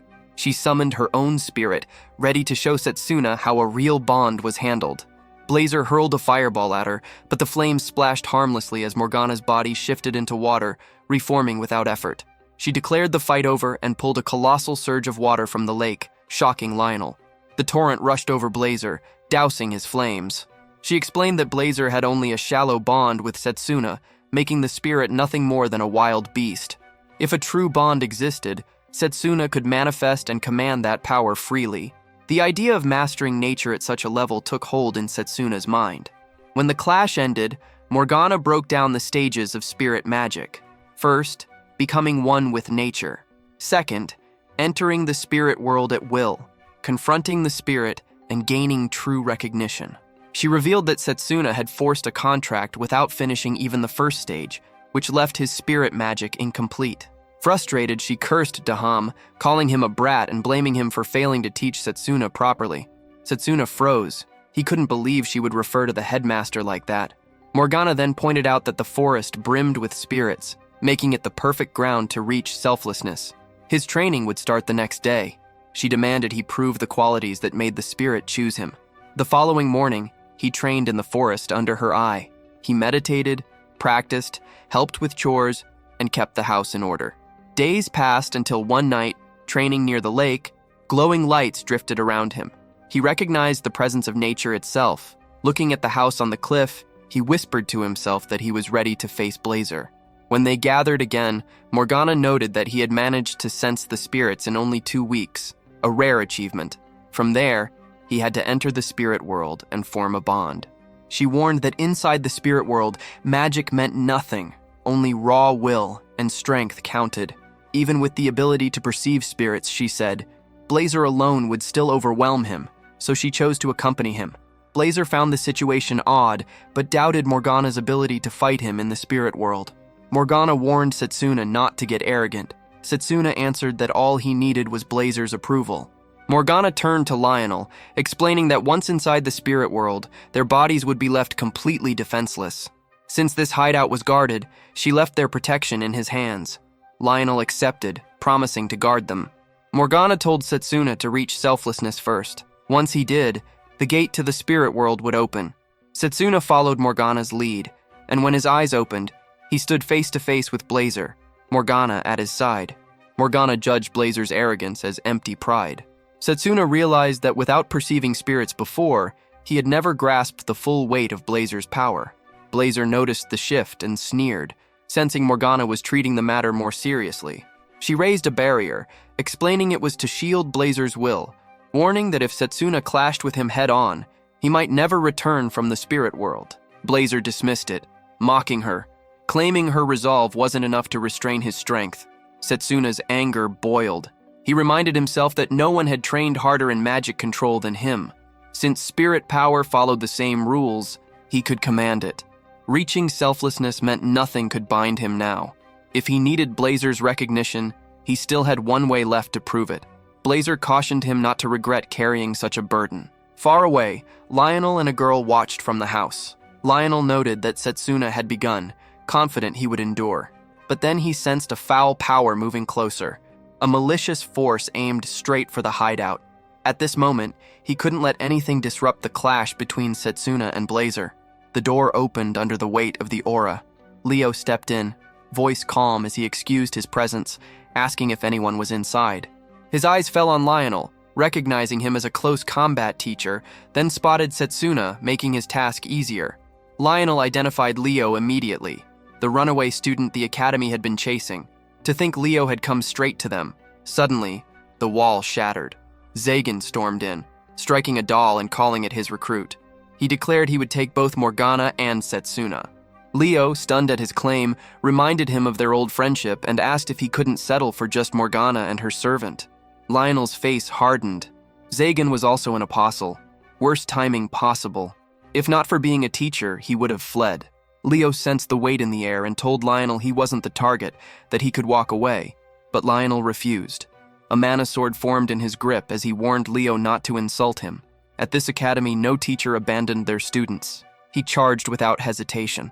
Inside the spirit world, Blazer told Morgana she would never make him yield, dismissing her words as hollow.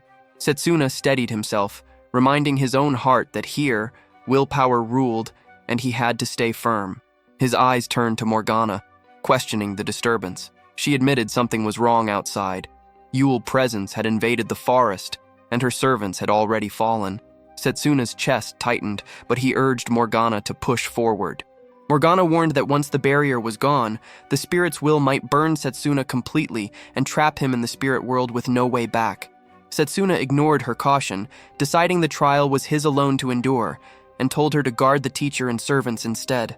Blazer gave a final command, ordering him to return, saying death here would make all his training worthless. Setsuna promised he would come back. Morgana, seeing his resolve, lowered the barrier. Setsuna apologized to Blazer for the delay. Blazer demanded to know why he wanted such power far beyond his grasp, questioning if Setsuna was ready to scorch himself for it. Setsuna answered that in the past world before his regression, he had lost everything. Blazer paused, recognizing that the scene before them reflected Setsuna's own mind. Setsuna went on, explaining how the magic army had been twisted by the apostles, how the world had crumbled beyond repair, how every mentor he had was stolen from him. That regret had stirred the time spirit's power and dragged him back. Now he swore nothing would ever be taken from him again. Blazer found it curious, debating if this drive came from revenge or challenge, calling it a raw piece of human will. To confront despair without flinching was madness, and Setsuna embodied it well. Blazer admitted he was fit to be tested, but warned that the demand wasn't for fragments of power, it was for all of it. He shifted into a smaller, human-like form, declaring the trial would not be a simple duel, but a test imposed by him directly. Setsuna wondered if this was a true clash of wills, then rushed to strike. Blazer answered with equal force, their hands colliding, the impact shaking through the spirit world. In the real world, Lionel battled Zagan. His blade clipped one of Zagan's feathers, earning a grudging remark about his skill. Zagan then sensed alchemy in use, rose high, and roared for everyone to clear the area. His strike came down, but a doll intercepted, taking the blow. Morgana tore Leo from the house, bursting through the wall to escape. Lionel thought Zagan should have been drained after unleashing so many grand techniques, but instead his mana only swelled stronger. Confused, he watched Zagan press harder. Zagan mocked him, telling him not to slow down. Lionel prepared to counter, but Morgana stepped in, her magic halting his attack. She scolded them both for shaking apart another's home with their fighting. Lionel, exasperated, asked if she would at least allow him a moment's rest, but Morgana dismissed the idea, saying the young needed to keep struggling. As Zagon readied to strike her, Lionel leapt forward, slashing again. Zagon caught the blow, his ability breaking it down as Morgana sensed its disintegration. Leo, watching, realized too late that this was the spirit magic mentioned in the reports, and cursed herself for not seeing its futility sooner. Zagon prepared another strike, but Lionel slammed a punch into him. Zagon retreated, warning Leo to keep Lionel restrained, then countered with a heavy hit that sent Lionel crashing out of the house. Morgana studied Zagon's technique, beginning to suspect his ability nullified all magic, stripping him of weakness and letting him slip through any attack. She wondered if this was some rare skill, or if it demanded a hidden condition. Morgana thought of striking at close range with magic, hoping speed would leave him no room to react. She made the waters of the lake surge into a massive wave, ready to unleash it. Outside, Leo noticed the attack was aimed directly at him from below, yet showed no concern as he raised his defense. He figured that if it failed, she would be forced to reveal her last resort. Morgana lifted the water higher, intending to wrap it around him and drag them both down with it. Leo sensed her plan and judged it excessive, though not foolish. He struck the wave with his power, shattering it and turning it into a storm of falling rain. He noted that he had trained as well. Morgana, taken aback, guessed he was blending long-range magic with disintegration. Leo confirmed and claimed it would be enough as a token for the underworld. He readied his strike, announcing that his task was done. Before the blow landed, Setsuna burst in and threw a punch. Morgana understood instantly. Setsuna had overcome the spirit. Lionel saw him wrapped in searing flames, yet controlling them so they didn't consume the forest. Zeg and Nobu, watching, said Setsuna was not like Leo. Blazer considered whether these enemies were worth burning, given the scene. Setsuna, firm, declared they were strong foes, but he would not lower his guard. Blazer recalled their earlier fight, admitting Setsuna had taken the win, though his modest stance didn't seem fitting. Setsuna remembered the moment in the spirit world when Blazer's strike had staggered him. Both fighters had been drained, but Blazer respected his relentless will. He saw Setsuna trembling, yet still smiling, face strained but spirit unbroken, convinced of his victory. Blazer prepared another strike, remarking that Setsuna showed great confidence for a fragile human. Setsuna answered that Blazer's strength explained his flawless record, but that same strength was also his flaw, noting Blazer's power and its weakness. Blazer questioned the meaning, and Setsuna explained, he had faced loss and despair many times, but from the bottom, he learned how to rise again. No matter how harsh the trial, his spirit would not shatter, and his will would bring him victory. He readied himself, declaring this would be Blazer's first loss. Blazer rose, declaring it would be Setsuna's final one. They clashed with all they had. Time passed. Blazer marveled at Setsuna's strength, admitting his expectations had been broken. He accepted Setsuna's victory, wondering when he had grown so strong that defeat seemed certain. Setsuna answered that in battle, his will surged higher, and Blazer's blazing resolve flowed into him like fire. Blazer realized it had happened without him noticing and acknowledged Setsuna as an ally worthy of his trust. He extended his hand. Their fists met, and Setsuna thanked him for granting his power. Blazer dismissed the thanks and urged him to go. Setsuna nodded, turned, and faced Zagan. Blazer warned him to watch out for Zagan's claws. Setsuna explained that anything Zagan touched had its magic drained. He recalled that Zagan was the only apostle he had faced before returning, wielding the authority of devouring everything. Zagan nullified spells and absorbed mana from any foe he cut. He had wiped out the Northern Kingdom alone, a nation famed for advanced alchemy gear, while stealing every shred of their magic. Zagan, noticing Setsuna's awareness of his power, admitted he didn't know how Setsuna had learned it, but claimed there was no chance of victory against him. Leo, trying to steady himself through pain, noted that Setsuna's speed had grown far beyond before. Setsuna was surprised Leo could still stand, suspecting he had softened the damage through magic integration, proof of Leo's growth. Zagan told Leo to stand back and leave Setsuna to him. Leo stepped away to watch. Setsuna remembered how he once defeated Zagan by exploiting his advantage with long-range magic. Now Zagan specialized in close combat, where even a single strike could kill.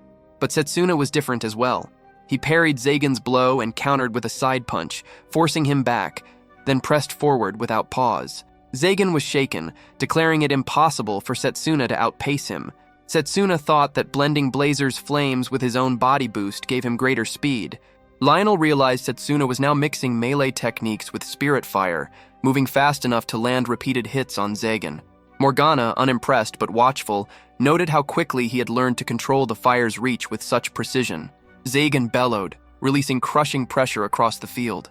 He mocked Setsuna for cloaking himself in fire, claiming it only made him easier to absorb. He boasted of feeling the surge of power, calling himself the devourer of all. Setsuna smiled, curious to see what would happen. Zagan lunged, landing a strike. Setsuna had baited him, moving closer to the tree, slipping aside as Zagan attacked. A sudden burn spread through Zagan's body.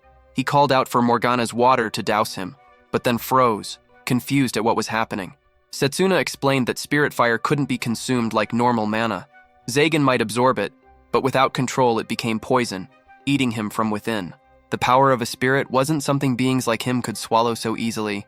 Zagan roared, accusing Setsuna of setting him up. He turned to Leo, demanding he erase the magic inside his body. Leo answered with sarcasm, reminding him that moments ago Zagan had ordered him to stay back, but now wanted his help. Then Leo struck Zagan instead, his attack spilling over and catching Morgana as well. Zagan staggered, confused at Leo's actions. Before realizing the truth, Leo had betrayed him.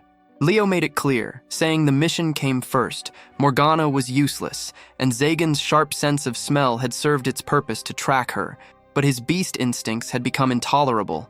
Leo had acted as required. Zagan, enraged, swore he would never forgive him and vowed to drag them all down with him. For his master's sake, he would kill every last one. As Zagan readied his strike, Setsuna unleashed spirit flames, cutting the air with a blazing slash. Zagan spat a stone in response, but the flames tore through it, reducing his body to ashes. Only a black gemstone remained. Setsuna stared at it, then turned to call for Leo, but realized he had already vanished. He muttered Leo's name, carving it into memory, promising that no matter where Leo fled, he would find him and end him without mercy when they crossed again. Morgana collapsed.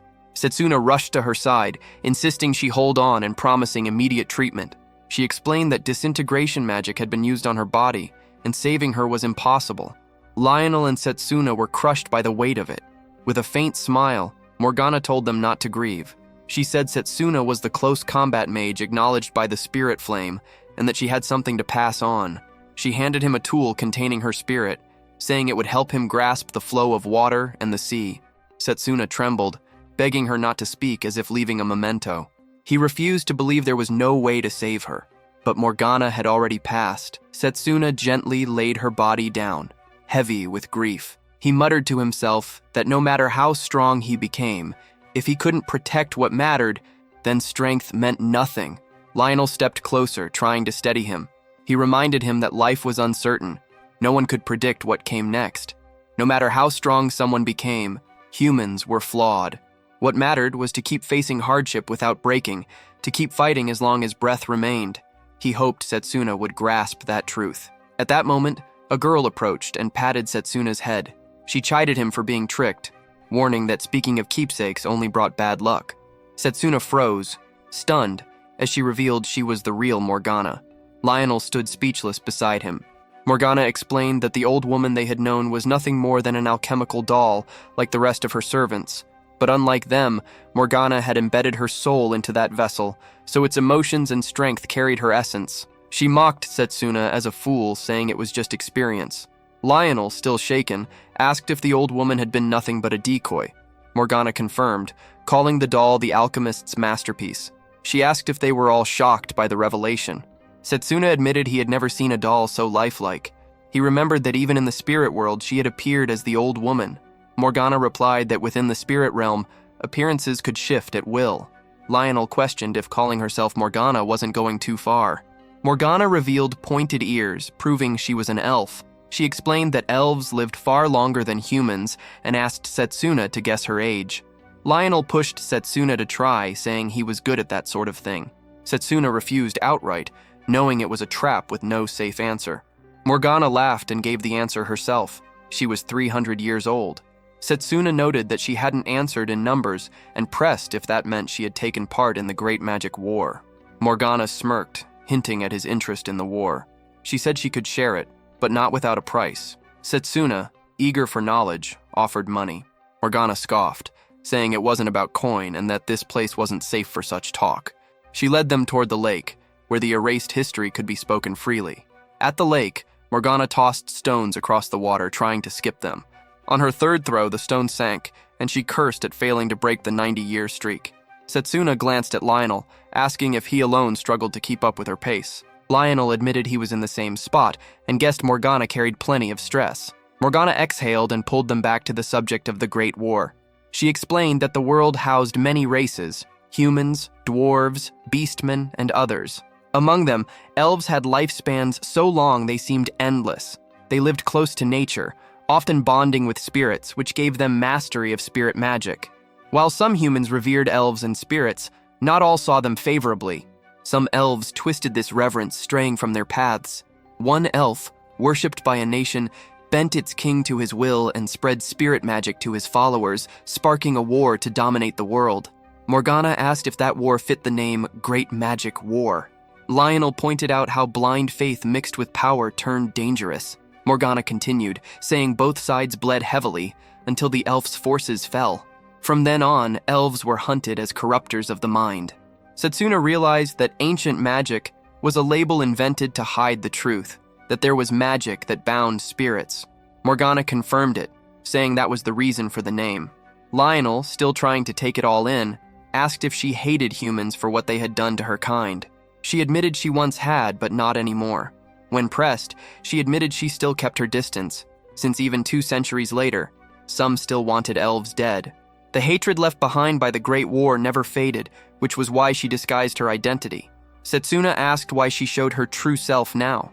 Morgana answered that Dana had trusted him, and Setsuna had proven worthy of that trust. She had seen him break down, and it felt time to reveal herself. Setsuna snapped back that he hadn't cried. His thoughts turned to the war, how elves had used spirit magic to defeat one apostle, but the price was high. Forbidden magic had been used, and many lives were lost. The 3 of them then set about restoring the forest, fixing the damage their fight had left. When the work was done, it was time to part. Morgana thanked them for cleaning up. Setsuna said he was glad to have met her. Lionel asked what she would do next. She replied that since her location was now exposed, she would have to vanish again, and they might never see her anymore. Setsuna stopped her, asking if when humanity was on the edge, he could call on her strength. He bowed, humbly asking for her aid. Morgana dismissed it as pushy, but said when the time came, he only needed to ask. At times, she might send him letters. Setsuna thanked her for that. Blazer appeared suddenly, mocking Morgana and warning that next time he would burn her to ashes. Morgana splashed water in front of him, teasing if he wanted another soaking. He turned his head away, and the 2 separated, waving casually as they went in different directions. Setsuna mounted his lizard, memories pulling him back to a rainy day long ago outside a building. A woman had approached with an umbrella and a towel, telling him that gaining immense power didn't mean he had become truly strong. Gaeta, confused, had asked her to explain. She said power could drive people insane if misused. What mattered was wielding it properly, without arrogance, and without letting it control him, not simply piling on more strength. Riding away now, Setsuna understood her meaning. He was determined to use the spirit's power wisely and in the name of justice. With Lionel at his side, he headed back toward the academy. The scene shifted to Satan and Pucca. Satan told Pucca the preparations were done and it was time to begin. Leo stood before them. Pucca pointed out that he had failed to kill Setsuna and had even abandoned a comrade. That was neglect of duty. Leo denied it, pleading with Pucca, insisting he had completed the mission by killing Morgana. Satan pressed him, asking if he had checked to confirm her death. Leo faltered, admitting that given the level of the attack, she had to be dead. Satan glared, reminding him the order had been to secure Morgana's death, not Setsuna's. He added that Leo should have at least returned with Zagan's corpse. With that, they could have raised an undead beast wielding Zagan's power. Leo explained that Setsuna had knowledge of Zagan's ability, information that hadn't been part of the plan. Satan dismissed the excuse, saying it only meant Setsuna was hiding something. Pucca, curious, asked if Leo's undead tool had also been destroyed. Then his eyes caught a distant figure, Giovanni. Satan called out to Tsukuyomi, asking if she could take charge. She replied she had no other choice. The timing was almost right. Tsukuyomi, the eighth apostle, carried the power to revive the dead. Meanwhile, Setsuna and Lionel traveled under a clear sky. Lionel noted they were half a day from the academy. Setsuna wondered about the others. Lionel worried, guessed Drago was overtraining. Setsuna agreed, then caught himself, realizing he had started caring about those around him. Lionel asked if things had been different before. Setsuna admitted they had. Back then, he only thought about training himself. He believed that by perfecting long-range magic, he could win every fight alone, without anyone's help. Others were just background noise, and he had almost no friends. But now things had changed. He had comrades he could trust, and he had learned that strength existed in many other forms beyond long-range magic.